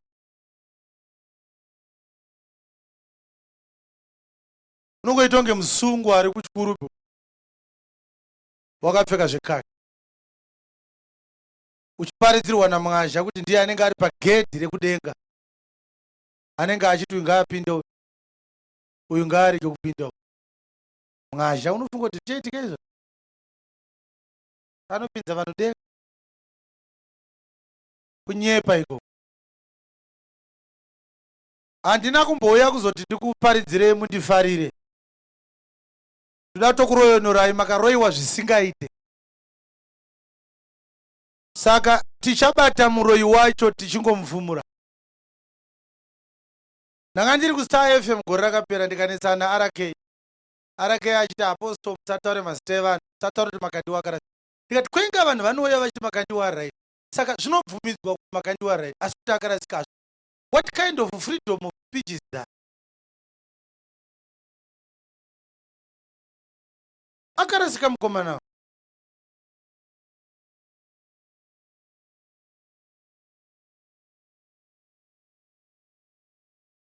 Uri kutakurwa pambedha iwewe. Uchiita sekingo unodikanwa stereki nevari kukutakura. But pakukutakura kwavo vanoratidza kuti havasi vanhu kwavo. Nekuti ukatarisa nhau yacho havana kupinda mangami naJesu, havana kutevera Jesu. Jesu haana kuvaadhiresa, akaadhiresa akanga akaoma mutezo, akamuti takura mubhedha wako ufambe uende. Saka ndauya nhasi kuti iwewe kubva nhasi urege kuramba wakatakurwa, asi uzvifambire wega. Kutakurwa isituation yekuti unotenda kuti kana pasina mumwe munhu zvako iwewe hazvifambe. Kunyepa ikoko shamwari. One day munhu waMwari achafuma akafa, ugosara iwe apa unotenda kuti ngirozi yake ndo inokuchengeta. Kuti tikubvunze kuti ngirozi dzamaakuti dzenyu makadzitenga here? Muri kurenta? Makadziwana kupi? Nemazita acho vana Dhamureta nana Ginatsiyo makaawana kupi? MuBhaibheri hamuna mazita iwayo. Unozviziva here kuti munhu ukamubvunza kuti wakadzidza kusvikira papi, anogona kutokutaurira kuti ndine degree ndakadai, ukafunga kuti munhu yakachenjera. But kana kuona kuti munhu yakachenjera yekuti ari stupid, bvunza chechi yaanopinda. Ndopaunoona nyika yedu yakazara zvizengeya zvevanhu. Kutaura chokwadi, nekuti kana munhu achitenda kuti pane mumwe munhu anogara pagedha achiti uyu ngaapinde denga uyu ngaarege kupinda, wakafa shamwari. Handiri kukunyepera. Wakafa zvisingabviri, wakafa zvinosemesa. Musi wa 5 June gore rakapera kuRudhaka Stadium kwakaitwa rally. Kudzai Chipanga akati vaMugabe muNgirozi, mai Mugabe makarohwa neNgirozi, pachatongwa nyika vaMugabe vanenge vachitotaura kuti ngapinde chombo ndiani ngachipereka mazita vanhu vachipinda kudaiso kudenga. Tikavanyorera tsamba tikaiendesa kuofisi kwavo tikati kunyeperwa ngani imamupinze munhu denga, munotori mutadzi anofanira kutendeuka.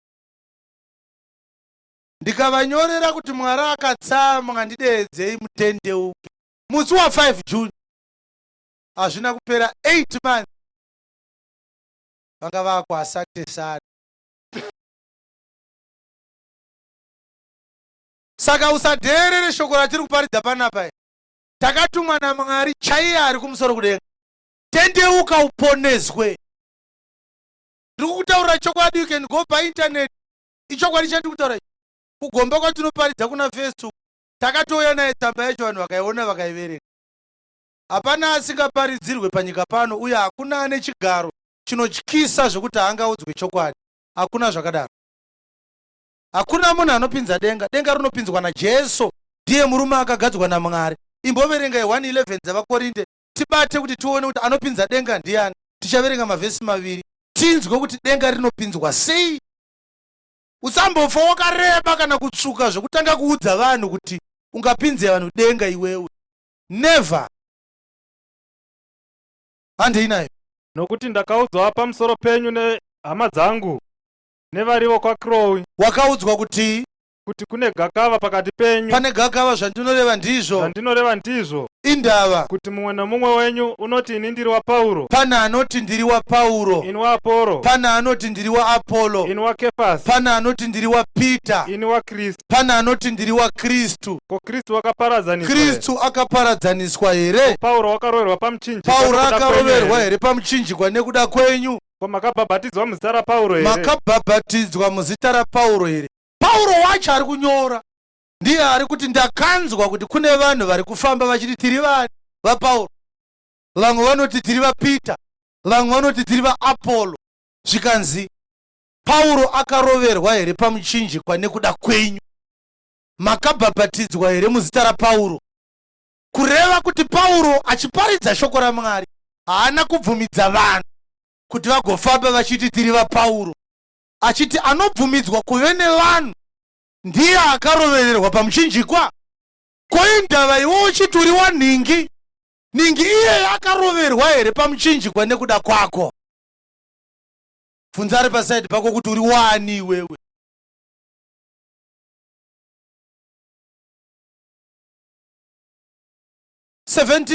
dzamabasa anopinza vanhu denga ndiani? Nokuti wakatara zuva raachatonga nyika naro. Tangire pa30.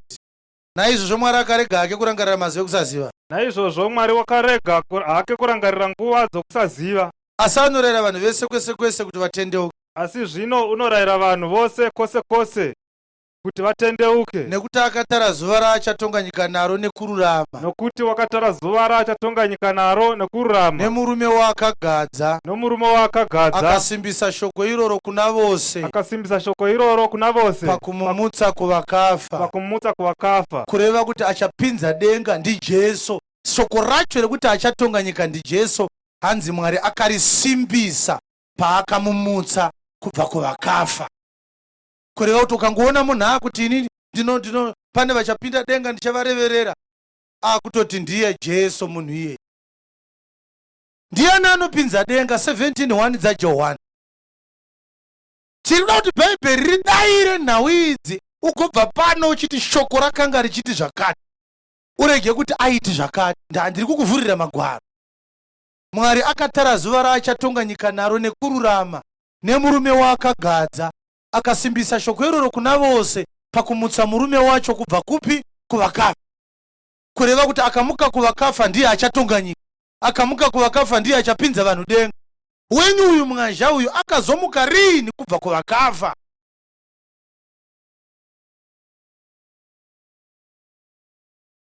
Itotendeuka manheru ano kana wanga uchienda kwaMwari. Utoregera kuenda kutanga manheru ano. Hautorina nidhi yekuoneka, nekuti hapana munhu anooneka mupanda wezvinyawa. Hauna kana chikonzero chekuti uti ndakwenda. Hapana anooneka toilet kuti ndakumbobuda kava toilet mosara zvakanaka. hakuna vhangeri kuya, nekuti hautende kuti vhangeri ringakuudze kuti mwazha anopinza denga. Kunyepa ikoko hauna kana chaunombobva wakataura. Ende mangwana tiri kuuya futi pano takati mangwana hatisi kuparidza, tichapindira mibvunzo nekuvhura magwaro kune vane vachiti zvamakaparidza zvakati handitenderane nazvo. Uyai mangwana nemabhaibheri enyu. Hatidi kuti muuye nepfungwa dzenyu, uya nebhaibheri. Zvokuti mwazha akati ndopinza denga, izvo ndogona kuuya nemadhisiki ake ndozvizivera. Icho kwada haugoni kuzviramba. Verengai chapter 17. Jesu akataura izvozvi. Jesu akataura akati kudii? Akatarira kudenga akati. Akatarira kudenga akati kudii? Baba, nguva yasvika. Kudzai mwanakomana wenyu. Zvandakazoitwa manje kupindura. Kupindura ndakaparidza tave nekuruseni. Ndobva tapedza, ndobva kwauya mukomana anonzi Savanhu, pastor wamakandiwa. Ndikanzi matigumbura pamaparidza. Ndikati ndozviziva kuti unogumbura because uri mwana wen'anga. Zvikanzi tokunyudzai, ndikati ndofunga wakurumidza. Usati wachikidzira munhu imbotanga wamutsvaga kuti ndiani. Unogona kuudza munhu kuti ndokunyudza iye ari mvura yacho inonyudza vanhu.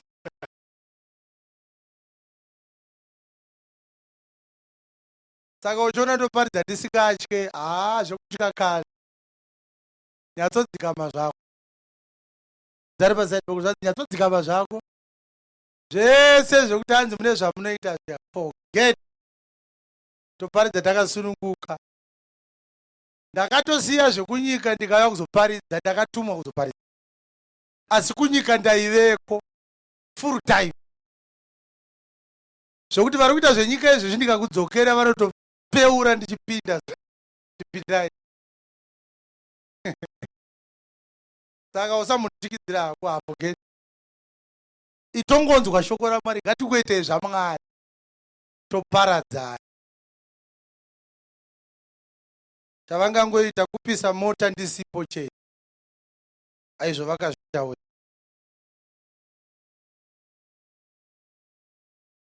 Saka uchiona ndindega ndoparidza ndichidai. Haumbomunzwa Mwari paridza. Mwari akatanga ambondiendesa kunyika, ndobva azondibvisa kunyika kati chiparidza.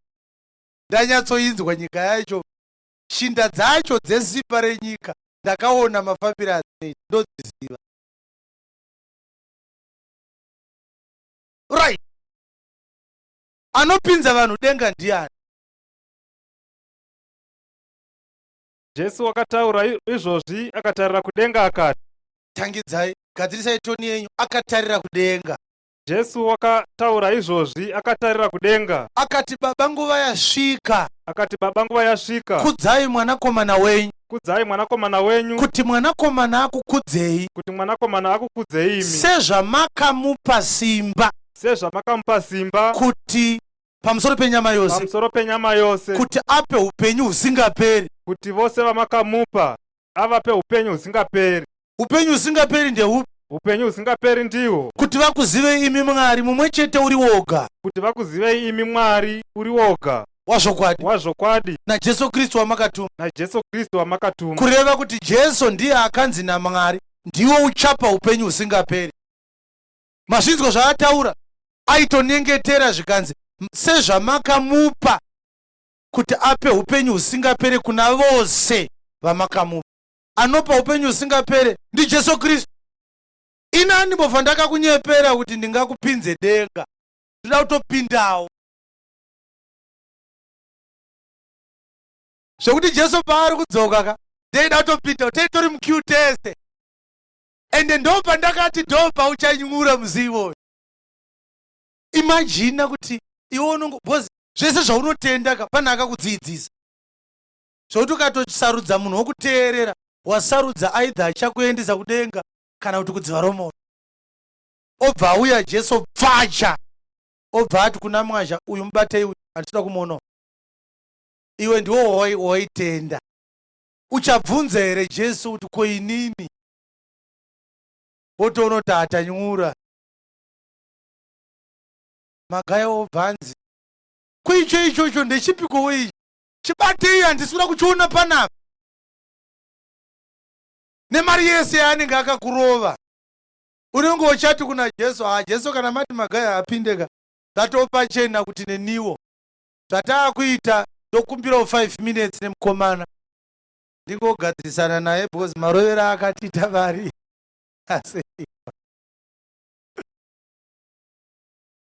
Mavimbiro auri kuita nemunhu aya akaoma, wakatakurwa zvisingaite nemunhu.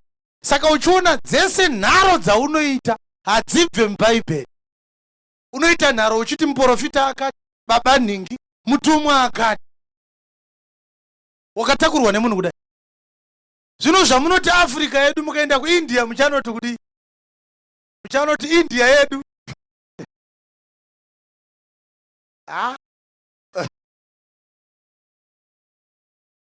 Mudzari pasadi pako kuti mukapinda muIndia munoti kuti, kana muAustralia munoti Australia yedu. Amen. Zvinosemesa. Haleluya.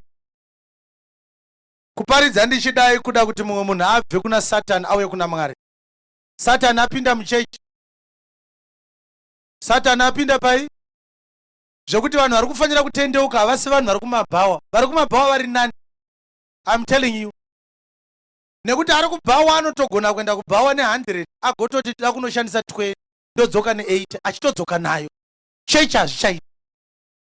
Ukasvika muchechi uchiti dangonobvisa $5 ndodzoka ne50 yangu, kunonotangwa dzimwe. Unonzi kuti pane special grace dziri panapa zvekuti ukamisa mukana wanhasi wanyura zvachose. Unopedzera wangoti regai tikomupa because pamwe pane zvinoitika. Zvavanoita vakomana ava vanoita zvinoitwa huku. Handinozoti huku kana ichiramba kukandirira chirugu chayo inobatwa yotanga kunzwa iso, yoita dzungu, yogadzikwa ipapo iine dzungu. Panopera dzungu inenge yakanganwa kuti yanga ichida kuita sei.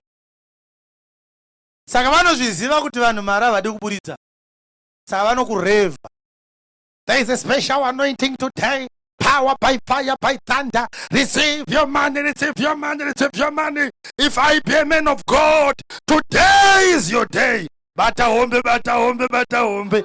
Obwakanda. Dzungu rinozopera wakumba. But ndandisingafanire kuvapaka vanhu ava. Imboita ruzha uombere Jesu maoko.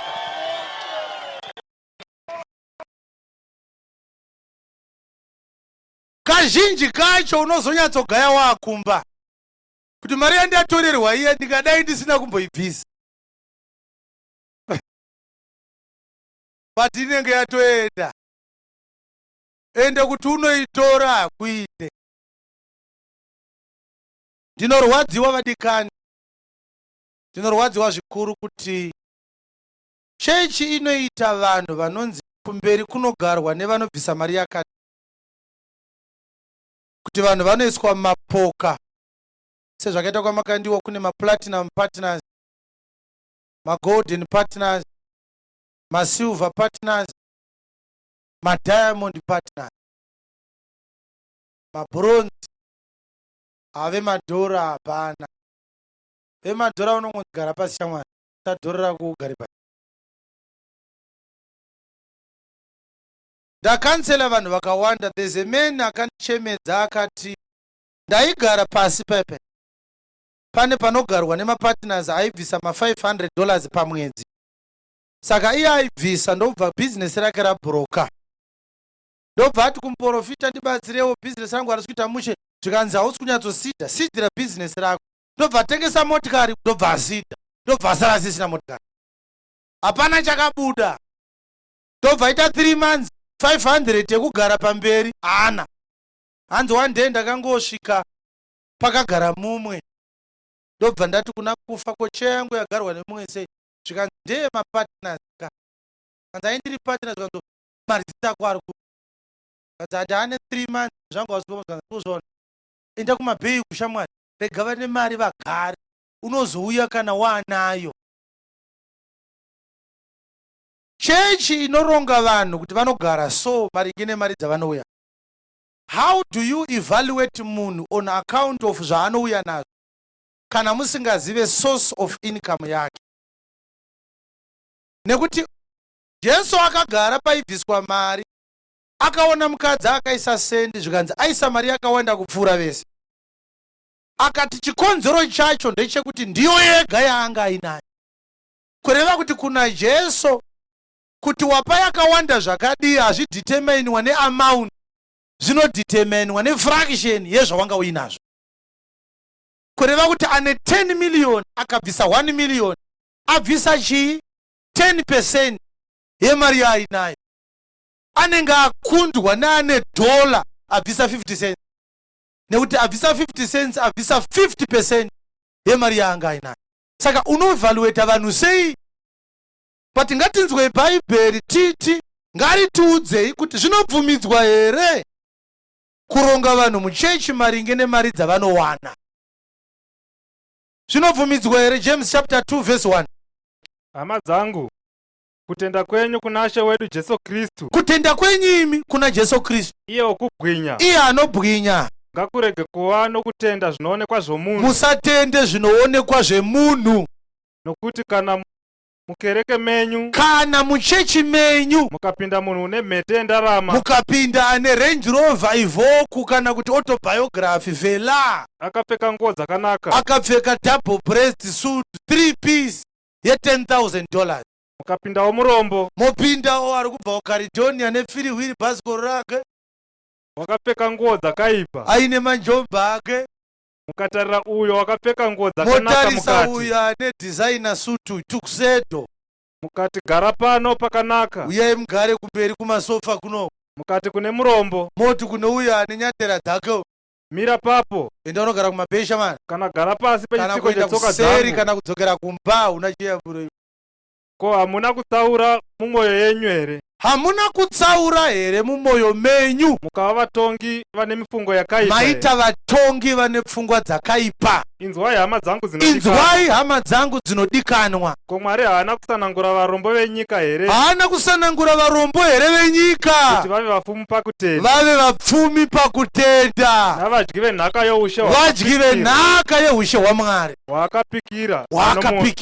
Hazvibvumidzwe muchechi yaJesu kuti zvinzi ava ndo vanounza mari yakati ngavagare pakati. Hanzi maita vatongi vane mifungo yakaita sei? Kureva kuti hamusi kutonamata, muri mubhawa.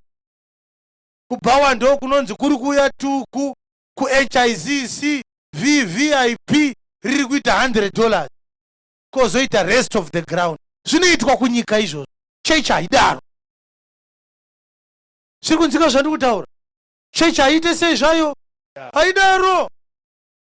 Chinosaka munhu waMwari akarasa chigubhu chemvura, vanhu vaitonge vachatsikirana vachifa, vachifunga kuti chine anointing yachinacho. Vari kunzi vakaoma mutezo, havasati vaakugona kufamba. Unoita kunge uchanwa weti yemunhu waMwari iwe.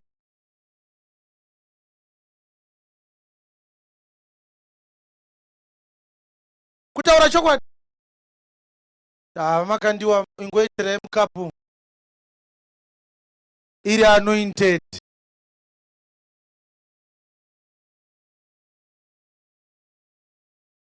Iti kunari pasati paka haunwe here iwe. Unovimba nemunhu wakatakurwa kusvikira ipapo. Kune vanhu vakarambaniswa nechechi. Munhu waMwari achiti uyu murume arasika uyu, mari yaari kutorera yawanda. Mukadzi achiti aiwa kana tingatorambana zvedu, handidi nemuprofita wangu. Unozviziva here kuti ukati izvezvi kunotorana akagumbuka izvezvi, dai pasitori nako kutya kuti pamwe pane zvinoitika kwaari, angadai atondirova kudhara. Nekuti ndikabata zita remunhu vanhu vanogumbuka. Asi Jesu anotukwa every day, paTV, paredhiyo, munewspaper, hapana anogumbuka. Vanhu vangadai vachiti Jesu akatukwa, vanhu voti musabate Jesu wangu, ndiye akandifira paKalvari. Mukabata Jesu ndizoponeswa sei? Hatitombodi zvedu. Zviri kunzwika? Kunana UK kwakaitwa imwe movie yaiita seinoshora mahumeni. MaMuslim akati munofiwa muno, muvhi iyo ikabuda. Hurumende ikaapologiza kumaMuslim kuti hatidi kubatirwa mahomedhi wedu. Asi vanhu vanoti tinotenda kuna Jesu akarembera paKalvari, akaisa zvipikiri munyama yake, akanyadziswa, nyika yese ichiona. Hapana ane hanya naye.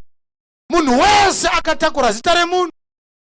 Paristibhendi pane zita remuprofita, pastika pane zita rapapa, kana rabhishopi, kana remaapostora. Unenge uchatotenga neunderwear yakanyorwa kunzi Magaya.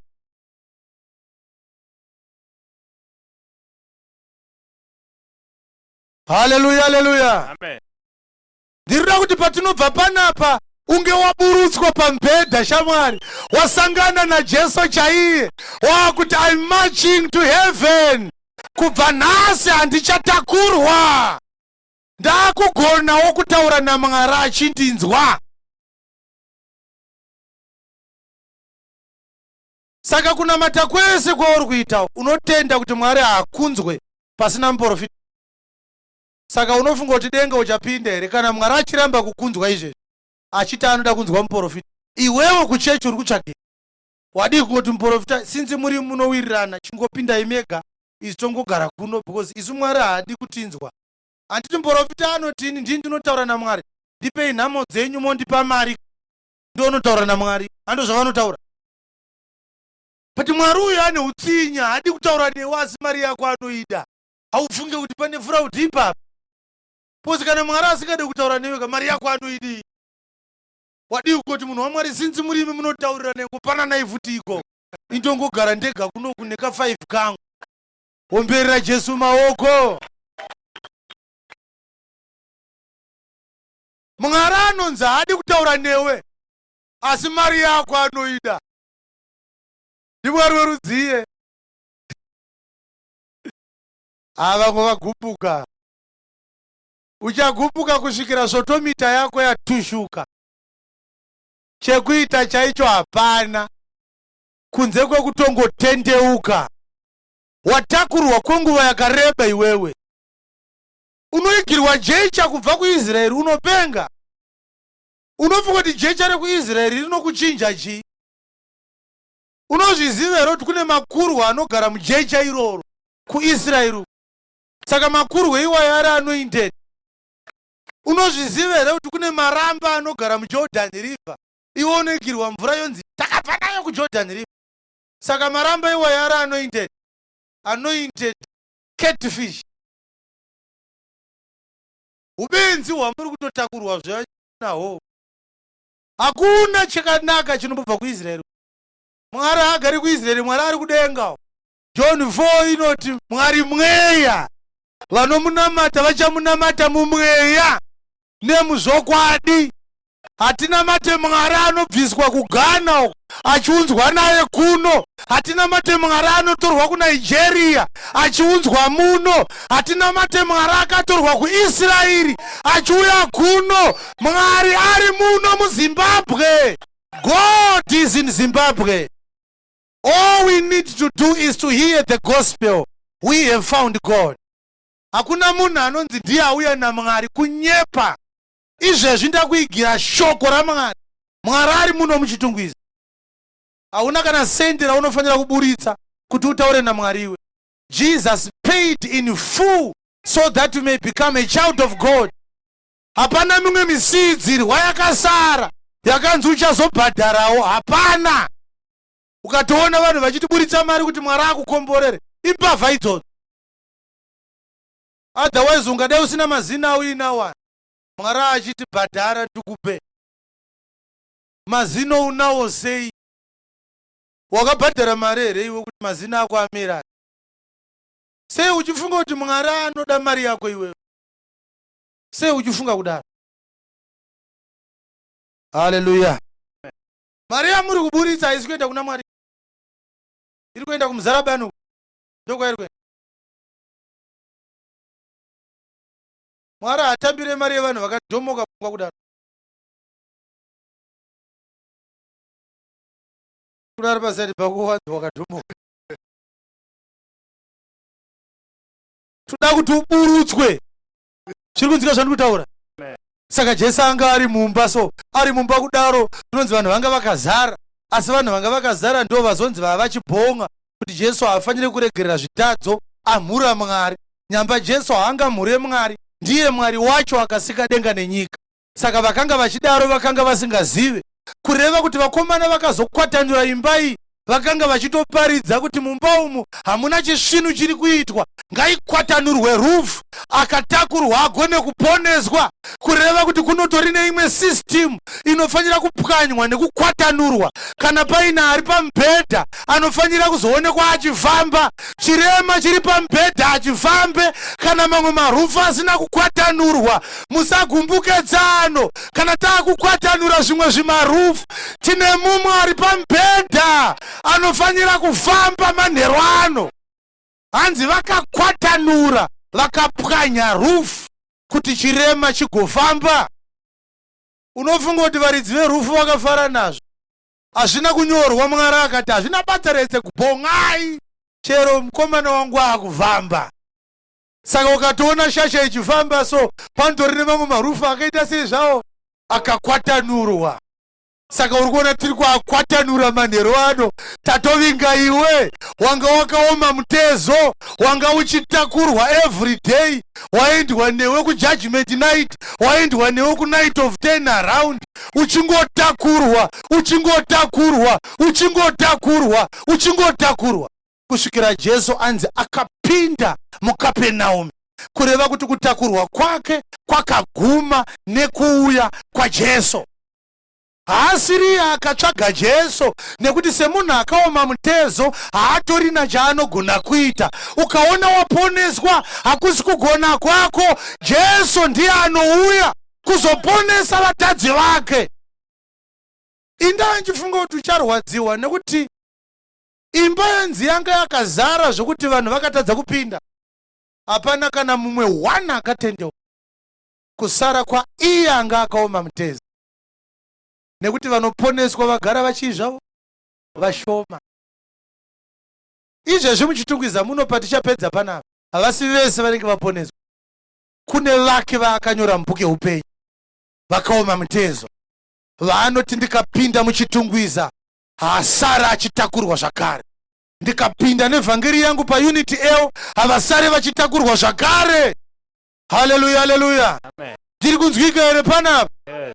Uchibva pano vakatanga futi kuti zvanzi naMwari, I will receive your money, receive your money. Vataurire kuti bhedha wamabata uyu hauchatitakura futi, ini ndaakutoutakurawo.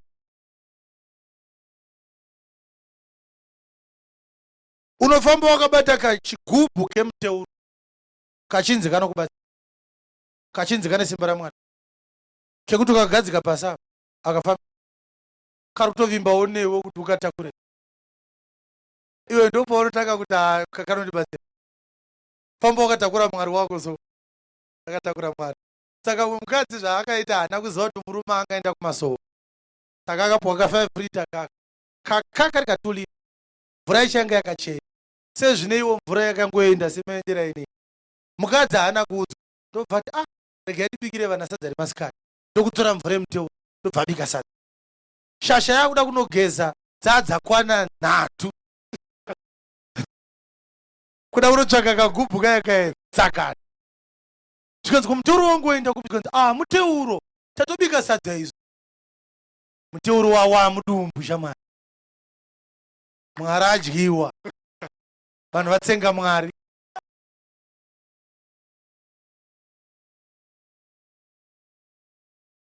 Kwakutozoona vanhu vari mutoilet vachienda kunorasa Mwari.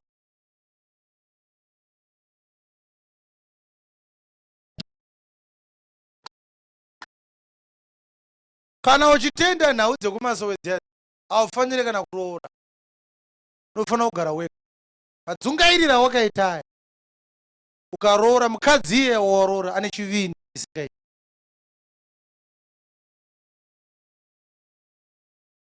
Chinamata wakatarisa kumabvazuva.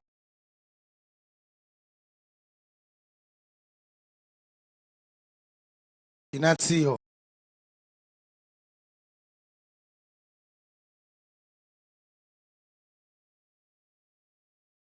Wakatakurwa mudikani, hasha dzapinda mauri idzi kana waponeswa dzichabuda. Ukaona usisagumbuke munhu waMwari abatwa kana achinzi akarasika nemagwaro, unenge wakufamba. Ukaona hasha dzichiri kupinda mauri dzichinzi mwazha akarasika tichibata magwaro kudai, uchiri wakatakurwa. Uchasvika dhera unenge wakuita sei zvako? Wakufamba. Uchafamba zvako. Kana wakagadzirirwa kuponeswa, uchaponeswa. Uchaponeswa. Uchaponeswa. Ndakataura mazuva apfuura ndikati, wakapinda chechi ukanzi nemuprofita, ini ndine anointing yekuti utenge stand. Bvisa $50. Ndobva wabvisa. Ndobva azoti kujudgment night kutoda 3 chaiyo. Ndobva wabvisa 300. Kanzi akwane life haven. Kuti haven kungobvisa iche ndisanze life heaven. Pane denga riri panyika pano. Borodeo. Ndokuti ukapinda unonodya raisi iko. Ndakasvikako ndikati ndada kuona muprofita. Ndada kuona makandiwa. Kati ndida kuona makandiwa asi anoda kugara pano. Ndada kuonana naye. Kanzi amunogara pano 3 days 4 days ozouya pane chikafu chakanaka. Ndikati hapana chamunombobika pano chisingabikwe kumba kwangu. Sinzi ndichigara muHarare iye ari muno, ndodirei kugara pano. Tongoronga nguva dzekuonana, ndodhiraivha toita sezve pasina kugara pano. Amunga matimikagarire pano munga chaiwo. Aiwa mbuka. Ndikati asi ndine problem yekuti ndiri kuda kuti kana ndamuona mundiudze kuti ndikakupai 500 yamati muri kudai anoonekwa for minutes mangani. Dzakana 3 kana 4 kana 5. Ndikanyatsotaura definite time. Because ina andisina kubatsirwa naye, da kumuparidzira. Sada kukupai mari kana taonana iye onyarara kuti zi ndovhura magwaro ndichimuratidza kurasika kwake kwese. Kana mati hazviite mozondidzosera panhau. Ndopfungwa yandandina. Because haonekwa asina kubhadharwa, but indida kubhadhara kuti ndimuparidzire. Kanza baba nemuromo. Amunyatsodzwisisa muprofita. Ndikati ndomubvisisa akarasika. Iwo ndiwo usingatombwisise ndikatobatsira iwewe. Munoda mari dakukupai. Asi kana ndakupai mari toita sei? Ndoparidza. Kanzi handikwanise kubatsirai. Saka muri mbavha.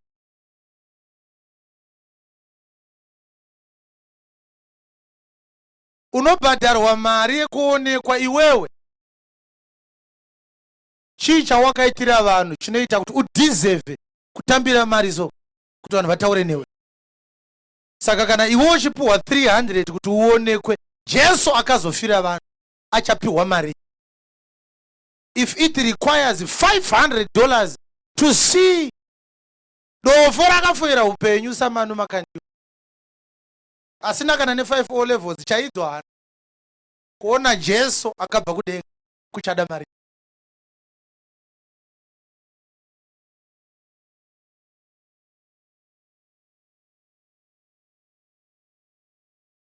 Aiwa, bvunzare pasaidi pako kuti zvichada mari kuona Jesu.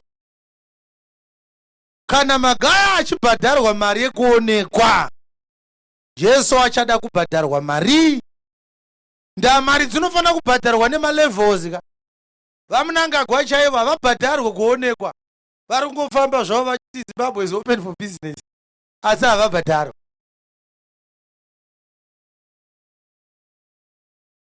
Now, ndoda kuti vakagara tisimuke kune vanogona kusimuka. Ndoda kutsanangura nhau yemuzodziwa waMwari ndichimhanya tobva taenda.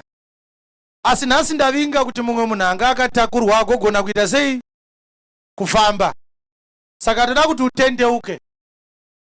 Izvezvi panotori nemumwe munhu achatadza kutendeuka, ndapane mumwe munhu wekuchechi kwake ari pano. Ari kutya. Ungatye Jesu kuti uponeswe uchitya munhu anova. Waunogona kungotaura kuti hatichabata tese, takabuda chechi. Takabuda nezuro. Indava maindinyepera. unotadza nei? Inga burial society unochinja paunoda wani, inga bank unochinja paunoda wani. Ukanotora mwana wako pachikoro, ndauchinja mwana wangu chikoro, unganzi nechikoro itotsanangurai moto uya pasi muoneka tooneka achada takuchinja chikoro. Pati chechi yakunetsa kubuda, ende chimwe chacho chinokutadzisa kubuda imari dzawakarohwa. Wakuti ndarohwa dzakawanda, chirega iningogomera tiripo.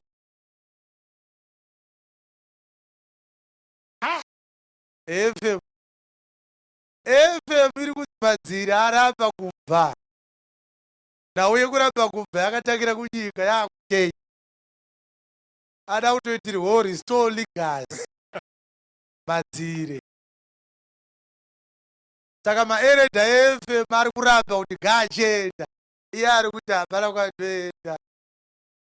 I got this president with blood. Hanzi vane regime change agenda maeredha. Last time akariga maelections vakambomedza ukoni vatomuka vakazokukavhara pande zvacho nemari. Iye zvinezvi vakuti chibva ada kutochinja constitution yacho chaiyo kuti aramba ari chadya mari chikanakirwa chakuti ndozoiwana. Isu takazvitaura kudhara kuti hapana chechi inoita maelection. Buda efe hapana chechi, hakuna chechi inovhotwa, hakuna vhesi yacho yekuvhotwa kunoitwa muchechi, hakuna. Uye hakuna chechi inoita president, hakuna. Ukatona mine president muri zvinyau, hamusi chechi.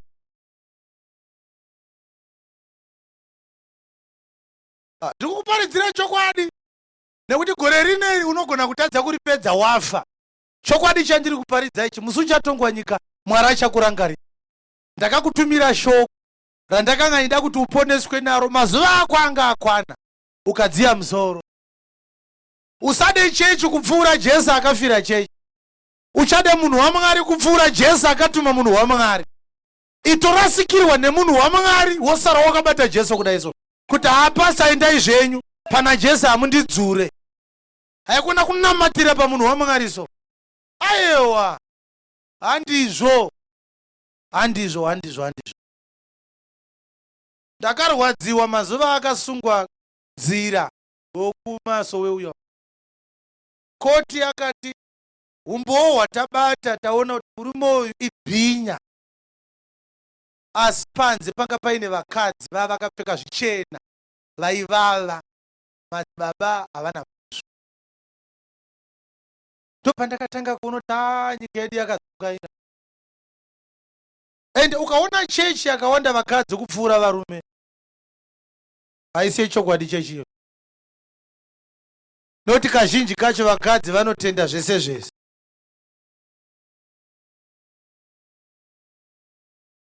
Funza ari pasaidi pakuti wazvinzwa here? Ukaona chechi yakawanda vakadzi, saka uchiona kumasowoku ndiko kwavakawanda. Vari vachikotyora muzura so, vapedzisira varepwa vachikoshandirwa.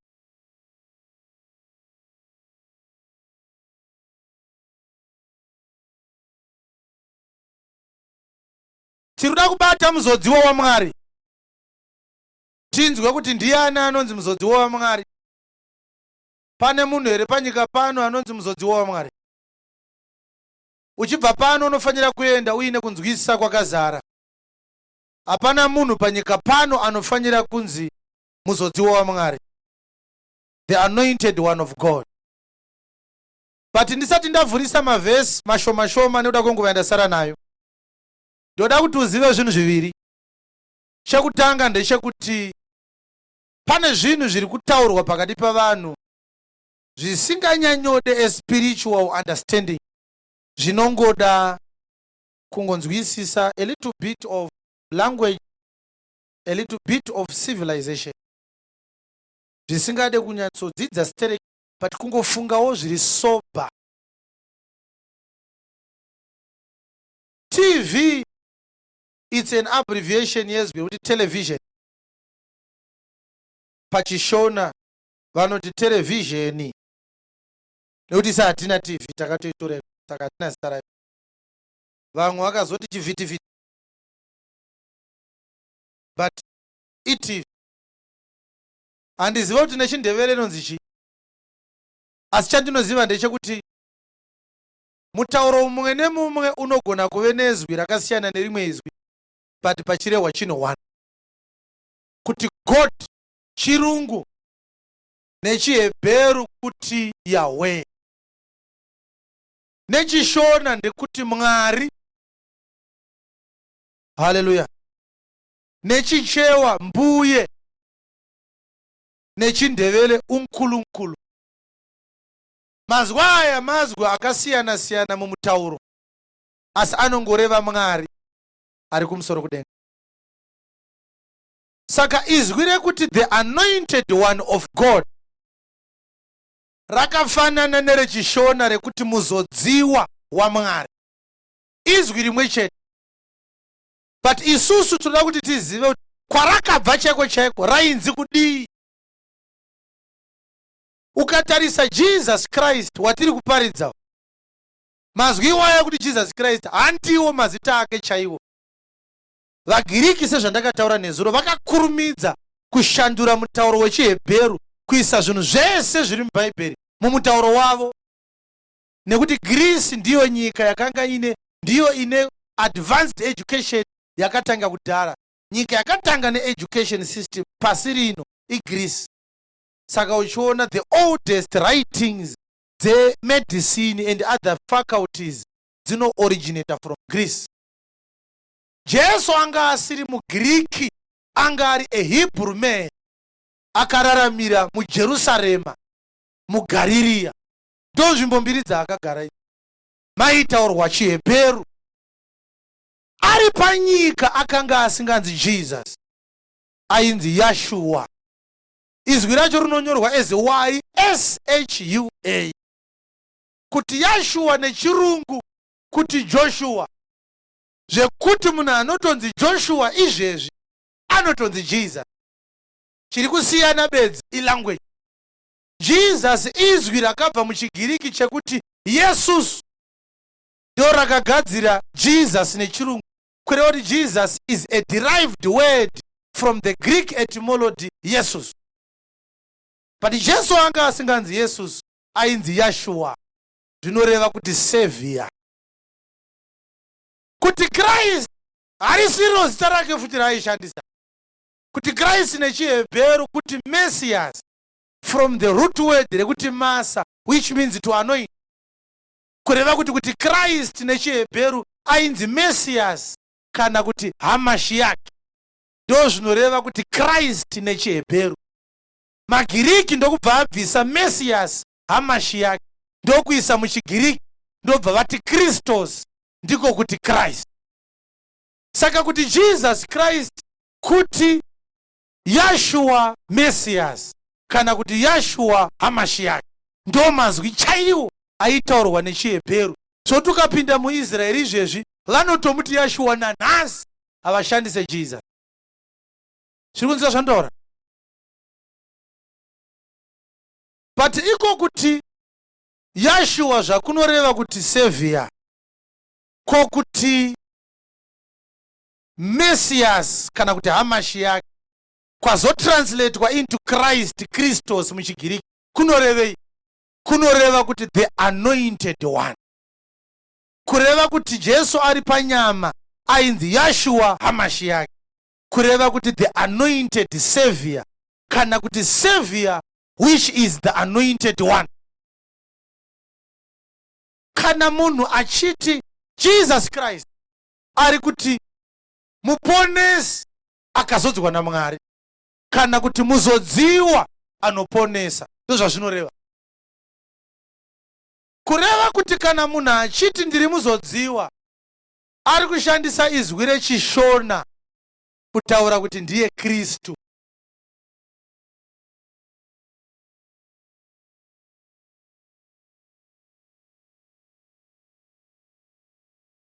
Zviri kunzika zvandiri kutaura?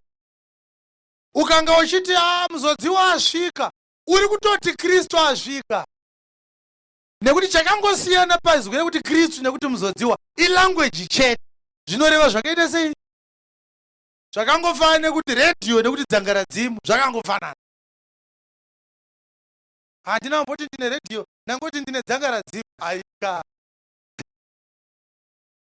ndiyo redhiyo. Chachinja chii? Ilanguage. Saka ndichaverengesa mavhesi 5 achaburitsa pachena kuti Jesus Christ is the only anointed one of God. I am not the anointed one. Neither is Magaya or Makandiwa or Guti or TB Joshua or any other Jack and Jill you may come across under the sun. If you meet somebody who claims to be the anointed one, he is a false Christ. He is an agent of the devil. Only Jesus is the Christ.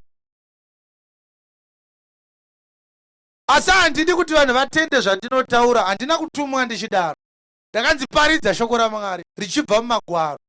Saka ndichada kuti Bhaibheri ritiudze kuti ichokwadi here kuti Kristu chete ndiye muzodziwa waMwari ari muBhaibheri. Mapisarema chapter 2 verse 1 and 2.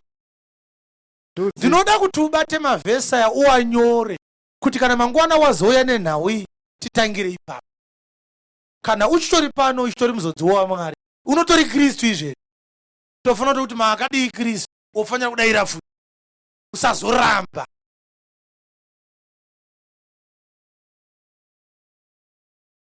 David akanyora mapisarema chapter 2 verse 1 and 2 akati kudii? Ndudzi dzinoitireiko bope? Ndudzi dzinoitireiko bope? Navanhu vanofungireiko zvisina maturo? Vanhu vanofungirei zvisina maturo? Madzimambo enyika anozvigadzira. Madzimambo enyika anozvigadzira. Navabati vanorangana. Vabati vanorangana. Kuzorwa naShe. Vanorwa naShe. Nemuzodziwa wake. Nemuzodziwa wake. Saka kana paina anozviti muzodziwa, vanhu vese vandataura vanozviti vazodziwa, usamboramba zvako. Makandiwa anozviti muzodziwa Mwari. Saka tinotombata nekuti ndozvo anoparidza pachena. Handi ane TV. Kuisa paTV kuti vanhu vese vaone. Saka takazviona tikaona kuti inema. Usatirambidze kukomenda. Ema musingadoti tikomende, makangoparidzira muchechi menyu. Morega kuenda paTV. Morega kuprinta madhiski. Kutoenda paTV kuti honai kunyepa kwatiri kuita.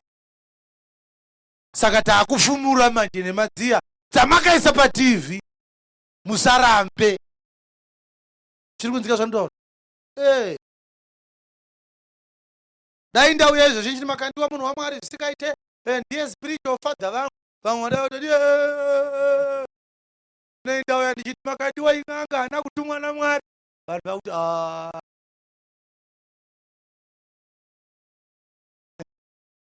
ndoita spiritual father anodya sadza ndopenga. Kuti spiritual handiti kuti wemweya. Tino spiritual anodhiraivha motikari achitenga petrol. Wakamona spiritual anogerwa ndemo. Kuti spiritual handiti kuti wemweya. Ungaite spiritual anosiya aita zimukonde rechinamutore. Kuna spiritual wakadaro.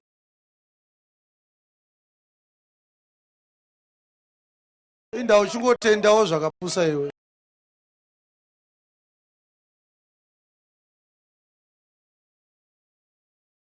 Unongotendawo zvakapusa.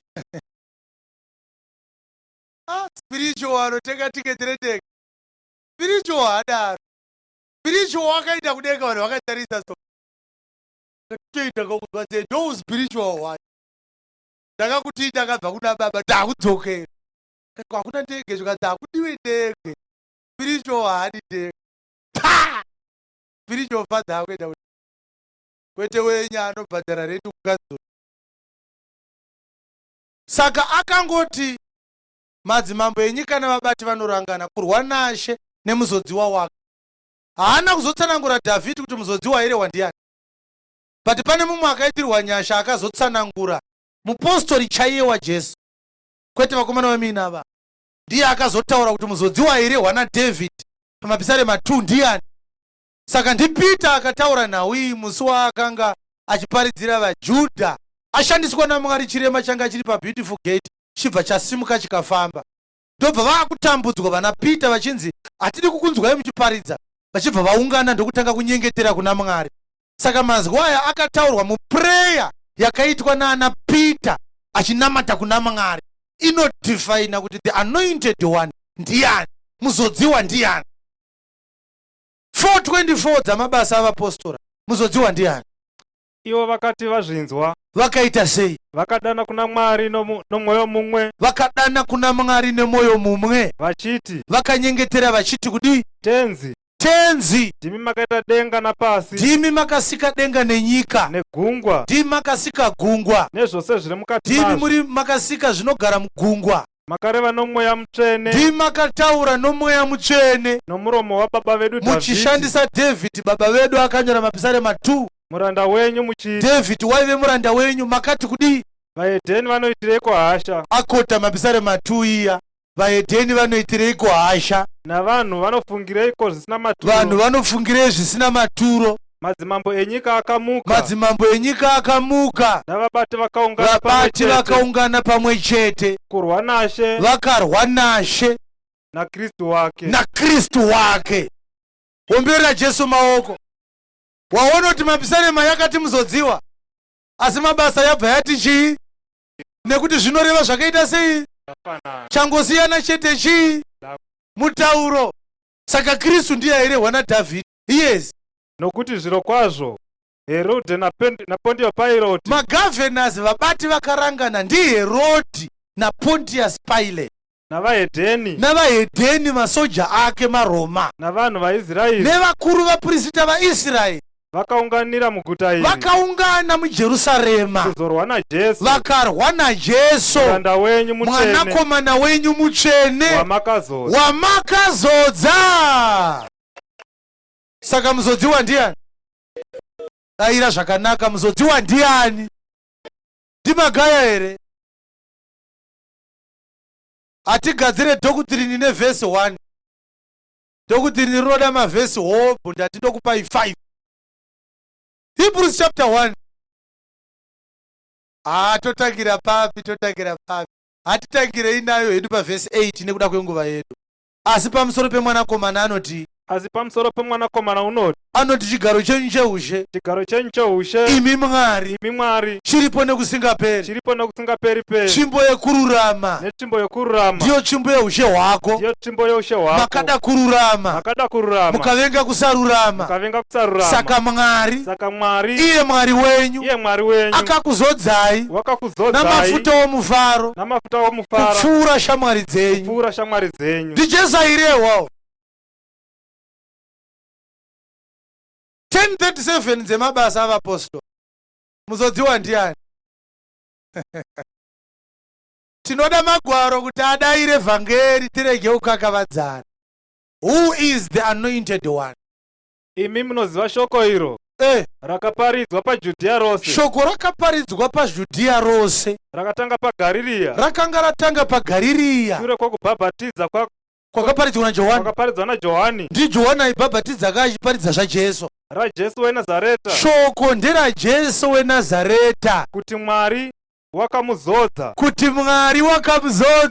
nomweya mutsvene nesimba. iye aipota nyika achiita zvakanaka, nekuti Mwari akanga ainaye, achiporesa vose vakamanikidzwa naDhiabhorosi, nokuti Mwari waiva naye. 4:18 dzaRuka.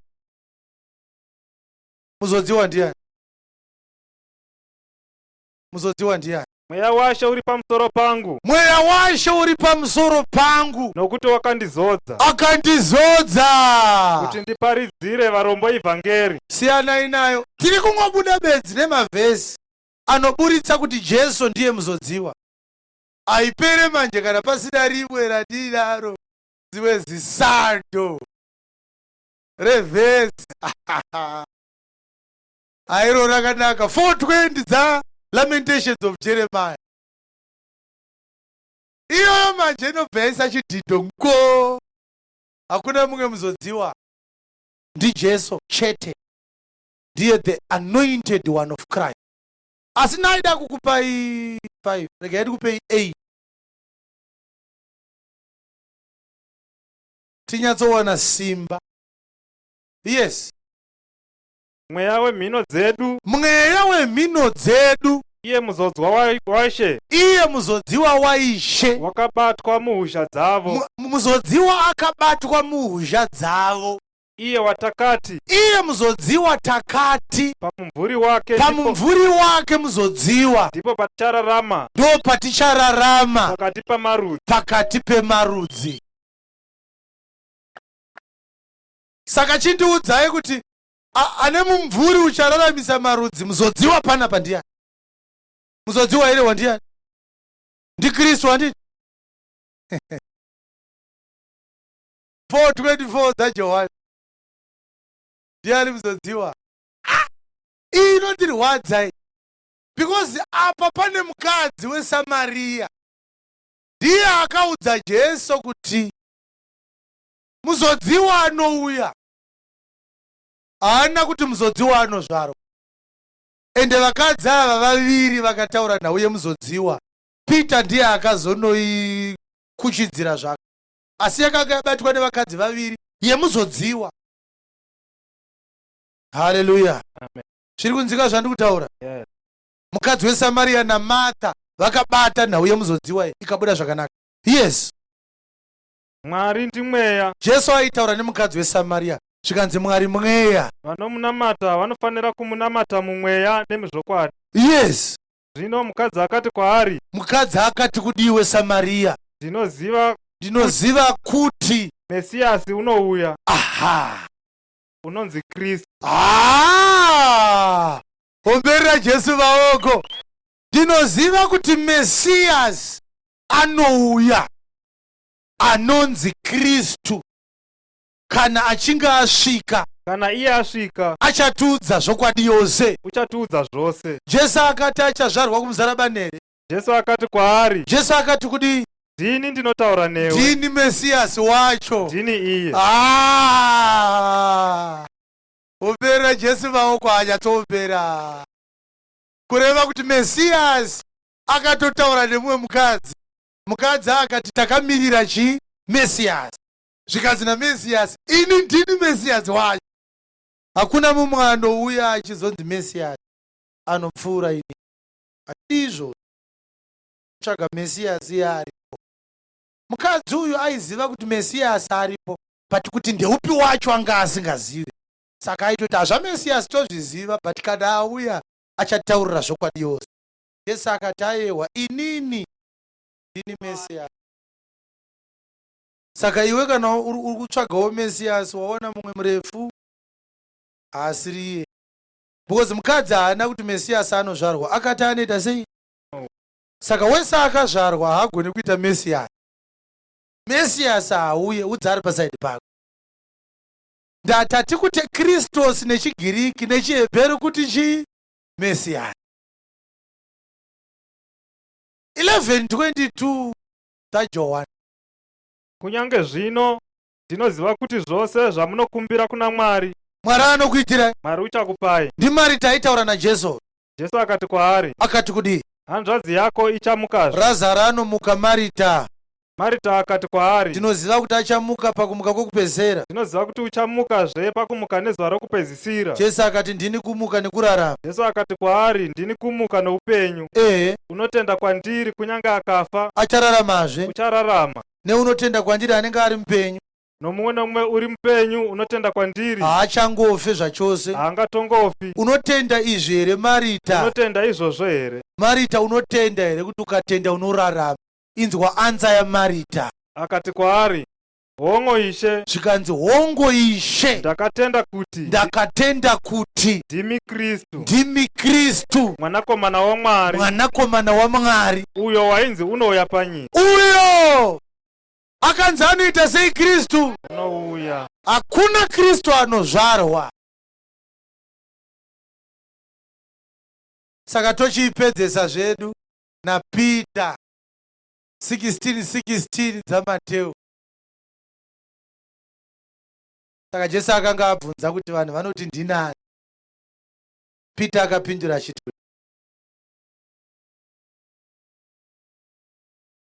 ipapo Simon Peter akapindura akati, ndimi Kristu mwanakomana waMwari mupenyu. Ndimi Kristu. Rechirungu harina kunyatsoburitswa zvakanaka nereshona. richishona rati ndimi Kristu, but verenga izvi vakabata mabhaibheri avo. Rechirungu rinoti Peter akati thou art the Christ. Haana kuti thou art Christ, akati thou art the Christ. Kureva kuti reshona ringadai rakanyora richiti ndimi Kristu wacho. Nekuti mazwi iwaya aireva kuti hakuna vana Kristu vakawanda, Kristu mumwe chete. Nekuti hapana S pamberi pa Christ, hapana kunzi Christ, pakanzi thou art the Christ, which means there is only one Christ panyika pano, and his name is Jesus Christ. Jesu akati kudini naye? Jesu akapindura akati kwaari, nyama neropa hazvina kukuzarurira. Wakaropafadzwa iwe Simon Bar-Jona. Blessed art thou Simon Bar-Jona. Nokuti nyama neropa hazvina For flesh and blood hath not revealed this unto thee, asi Baba vangu vari kudenga. but my Father which is in heaven. Mazvita iko kutoziva kuti Jesu ndiye the Christ kunotoda kuti uzarurirwe nababa vari kudenga. Nyama neropa hazviite sei zvazvo, hazvikuzarurire. Hallelujah. Saka ukanzwa munhu achizviti ndiri muzodziwa, he is a false Christ. And Jesu asati adzokera kudenga, he warned several times. Tichangoverenga mavhesi maviri aakatiyambira, chenjererai vana Kristu venhema. 24:3 dzaMateo. Wakati agara pagomo reMeorivhi, vadzidzi vake vakauya kwaari vari voga vakati titaurirei, tiudzei kuti izvozvi zvichagova riniko, zvichaitika rini, nechiratidzo chokuuya kwenyu, chiratidzo chekuuya kwenyu nechekuguma kwenyika chichagova chipi, nechekuguma kwenyika chichagova chipiko. Jesu akati chenjerai. Jesu akapindura akati kwavari, chenjerai kuti murege kutsauswa nomunhu, indava nokuti vazhinji vachauya nezita rangu, vazhinji vachauya nezita rangu, vachiti ndini Kristu, vachiti ndini Kristu, vachitsausa vazhinji. Bvisai Kristu ipapo mise muzodziwa. Jesu akapindura akati kwavari, chenjerai kuti murege kutsauswa nomunhu. Yes. Nokuti vazhinji vachauya nezita rangu, vachiti kudi, vachiti ndini muzodziwa, vachitsausa vazhinji. Bvisai ipapo mise Mesias. Nokuti vazhinji vachauya nezita rangu vachiti ndini Mesias, vachitsausa vazhinji. Kureva kuti wese anotenda kuti pane mumwe munhu anonzi muzodziwa akatotsauswawo. 24:24 dzaMateo. Nokuti vachamuka vana Kristu venhema navaprofita venhema, vacharatidza zviratidzo zvikuru nezvinoshamisa, kuti kana zvichibvira vatsause navakasanangurwawo. Kureva kuti vanogona kutokuratidzai masigns and wonders vachida kukunyengerai. Saka Pauro anoti Janesi naJamburesi vakadzivisa Mozisi, saizvozvo naivowo vanokudzivisai. Janesi naJamburesi in'anga dzaFaro. Musi waakakanda tsvimbo ikaita nyoka, Faro akati zvitete izvi, Jane naJambu uya, vakakandawo tsvimbo dzavo dzikaita nyoka, zvikaita sezvakafanana zvaitwa naMwari nezvaitwa naSatani. Saka Jesu anoti there shall arise many false Christs, many false prophets, and they shall show great signs and great wonders, in so much that if it were possible they would deceive even the very elect. Kureva kuti only the elect will not be deceived. Nekuti akati if it were possible, kureva kuti it is impossible. Kana uri musanangurwa haunyengerwe.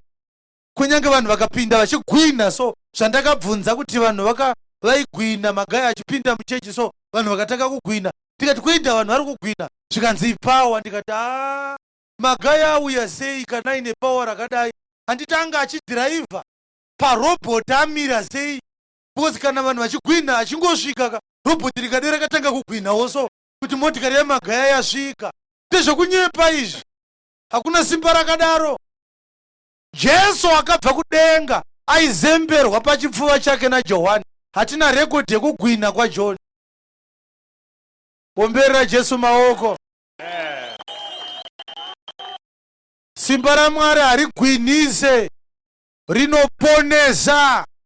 Anoti handinyare nevhangeri, isimba raMwari rekuponesa mumwe nemumwe anotenda kutanga vaJudha tevere vahedheni. Hakuna muzodziwa pasi pezuva dzano. There is only one anointed one. His name is Jesus Christ.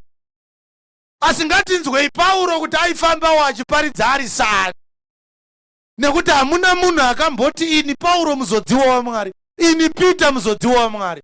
Peter akatoti muzodziwa ndiJesu. Haigona kuti apedza kuti Jesu ndiye muzodziwa oti ndatangawo kuita muzodziwa. Hazviite. Saka vazodziwa vangotanga muno muZimbabwe madays anaya. MuBhaibheri mamusina vazodziwa. Vazodziwa vanga vari muBhaibheri, vanga vari kuOld Testament. Vana David nana Sauro. Those anointed ones were types and shadows of Jesus Christ. Jesu paanouya, he becomes the personification, the embodiment, the epitome of the anointed one of God. Jesus in person, he is the Christ, not anybody else.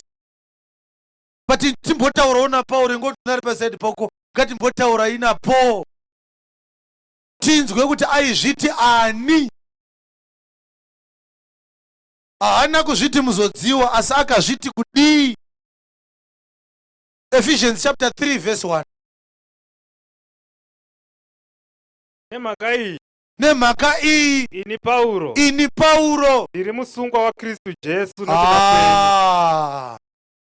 ndiri musungwa waKristu Jesu. Tangidzai. Nemhaka iyi ini Pauro ndiri musungwa waKristu Jesu nekuda kwenyu imi vahedheni. Funzari pasaidi pako, wati wambosangana here nemunhu anozviti ndiri musungwa? Endai pachapter 4 verse 1.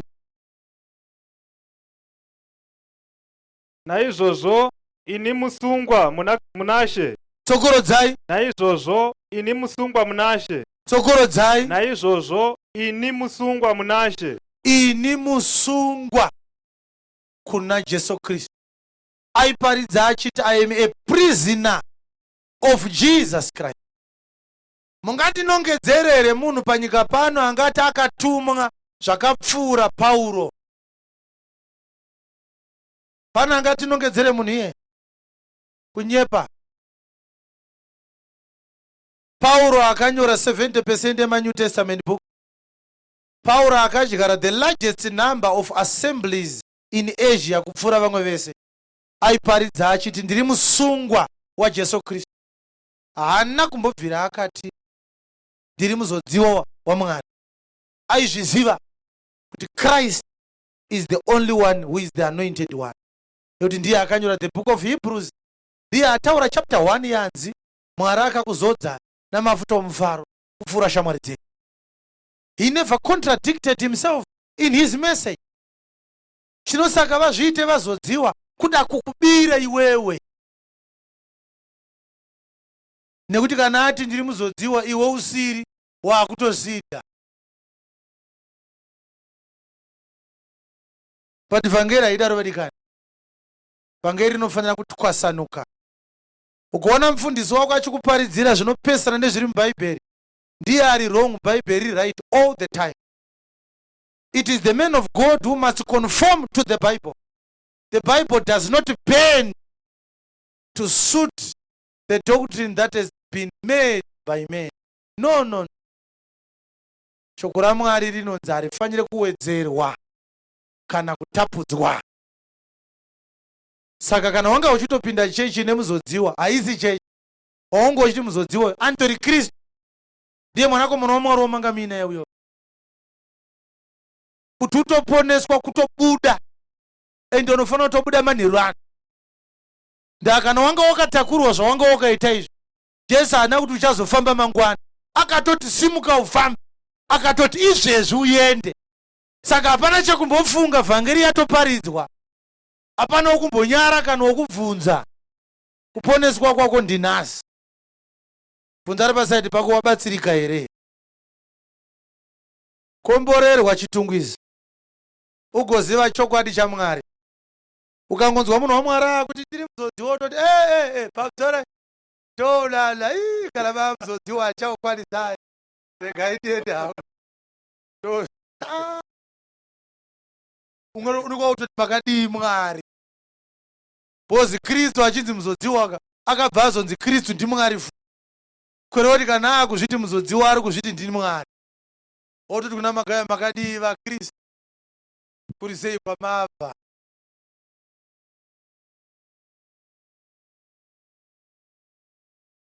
Haleluya. Ndinotenda Mwari ndogumira pano neshoko ranhasi. Mangwana ndichauya nemacheya. Chane macheya matatu. Kana uine mibvunzo pamusoro pevhangeri yataparidza uya nayo. Kana uchifunga kuti pakuparidza kwataita pane kurasika kwataita, uya futi mangwana. Chatisingade ndechekuti uye nekabhuku kakanyorwa naBaba vako iwewe. Uya wakabata Bhaibheri, tivhurirane magwaro. Isu tisuve vanhu vanoparidza vhangeri yatinoti ndeyechokwadi. Kana iri yechokwadi inofanira kubvunzwa igopindurwa zviri satisfactory according to the standard of God. Saka muchiona Jesu aibvunzwa, vana Pauro vaibvunzwa, maparidza pane mubvunzo watinawo, pindurai. Kwete zvamunoita kumazuva zvokuti ukabvunza zvonzi wapikisa mweya. Hatidaro. Pana patinobvunzwa. Mangwana uyai nemibvunzo yenyu. Kana mapasta yenyu munonovaudza kuti pane murume ari kuvava ari kuti kana muchizviti muri vazodziwa muri n'anga dzakapfeka masutu. Kana muchida kuzvidairira handei torai Bhaibheri munozvidairira. Ari kuti ari kuuya nemacheya. Imi varume imi uyai neimwe maiki mangwana. Tinenge tine imwe maiki tokupai macheya mogara. Mobvunza tichikudairai. Haupofa wakaparidza vhangeri riri straight kupfuura ratakuparidzirai. Hazvimbofa zvakaitika izvo. Hakuna chokwadi chinopfuura chokwadi. Chokwadi chingatongofanana nechokwadi. Asi icho chokwadi hachipfuurwe. Chimwe chete. Asi icho chinopfuura nhema. Haleluya. Amen. Saka ndoda kudana vanonzwa kuti Mwari ataura kwatiri, toda kutendeuka. Toda kufamba takatakurwa.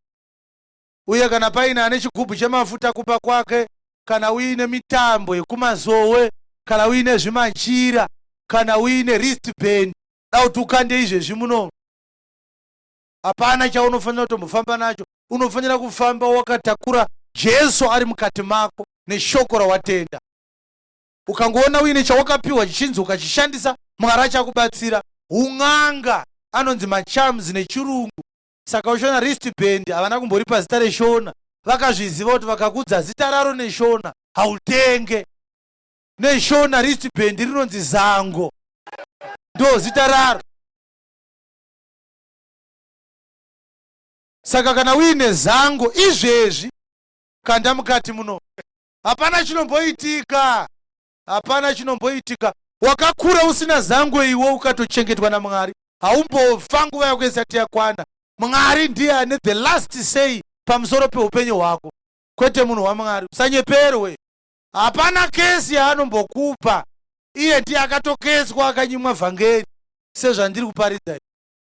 Uri kutozvinzwa kuti rasiyana neratinonzwa. Kwedu kuti tinongotandara. Ngatiomberei maoko tichipa mukana vanotendeuka vachiuya. Uyai mutendeuke vadikani, fambai muye pamberi panapa. Uyai mutendeuke vadikani, uyai mutendeuke. Mwari anoda kukuponesai. Mirai pamashure zvishoma. Ngatirambei tichiombera vamwe vari kuuya. Ngatirambei tichiombera vamwe vari kuuya.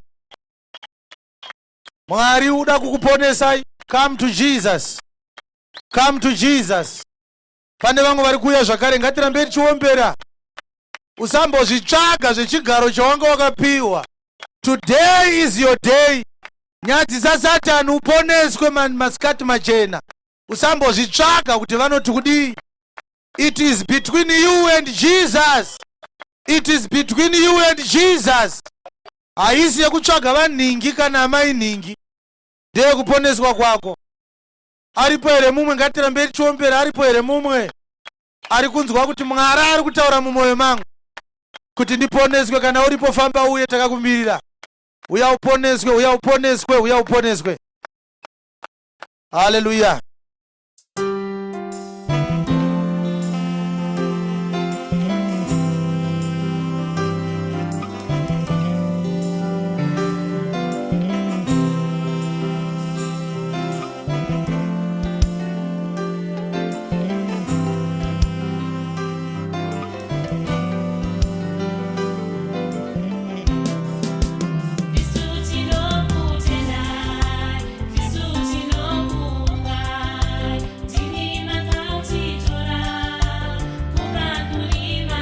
Kristu tinokutenda, Kristu tinokuonga, ndimi makatitora kubva kuri. Kristu tinokutenda, Kristu tinokukudza, ndimi makatitora kubva kuri.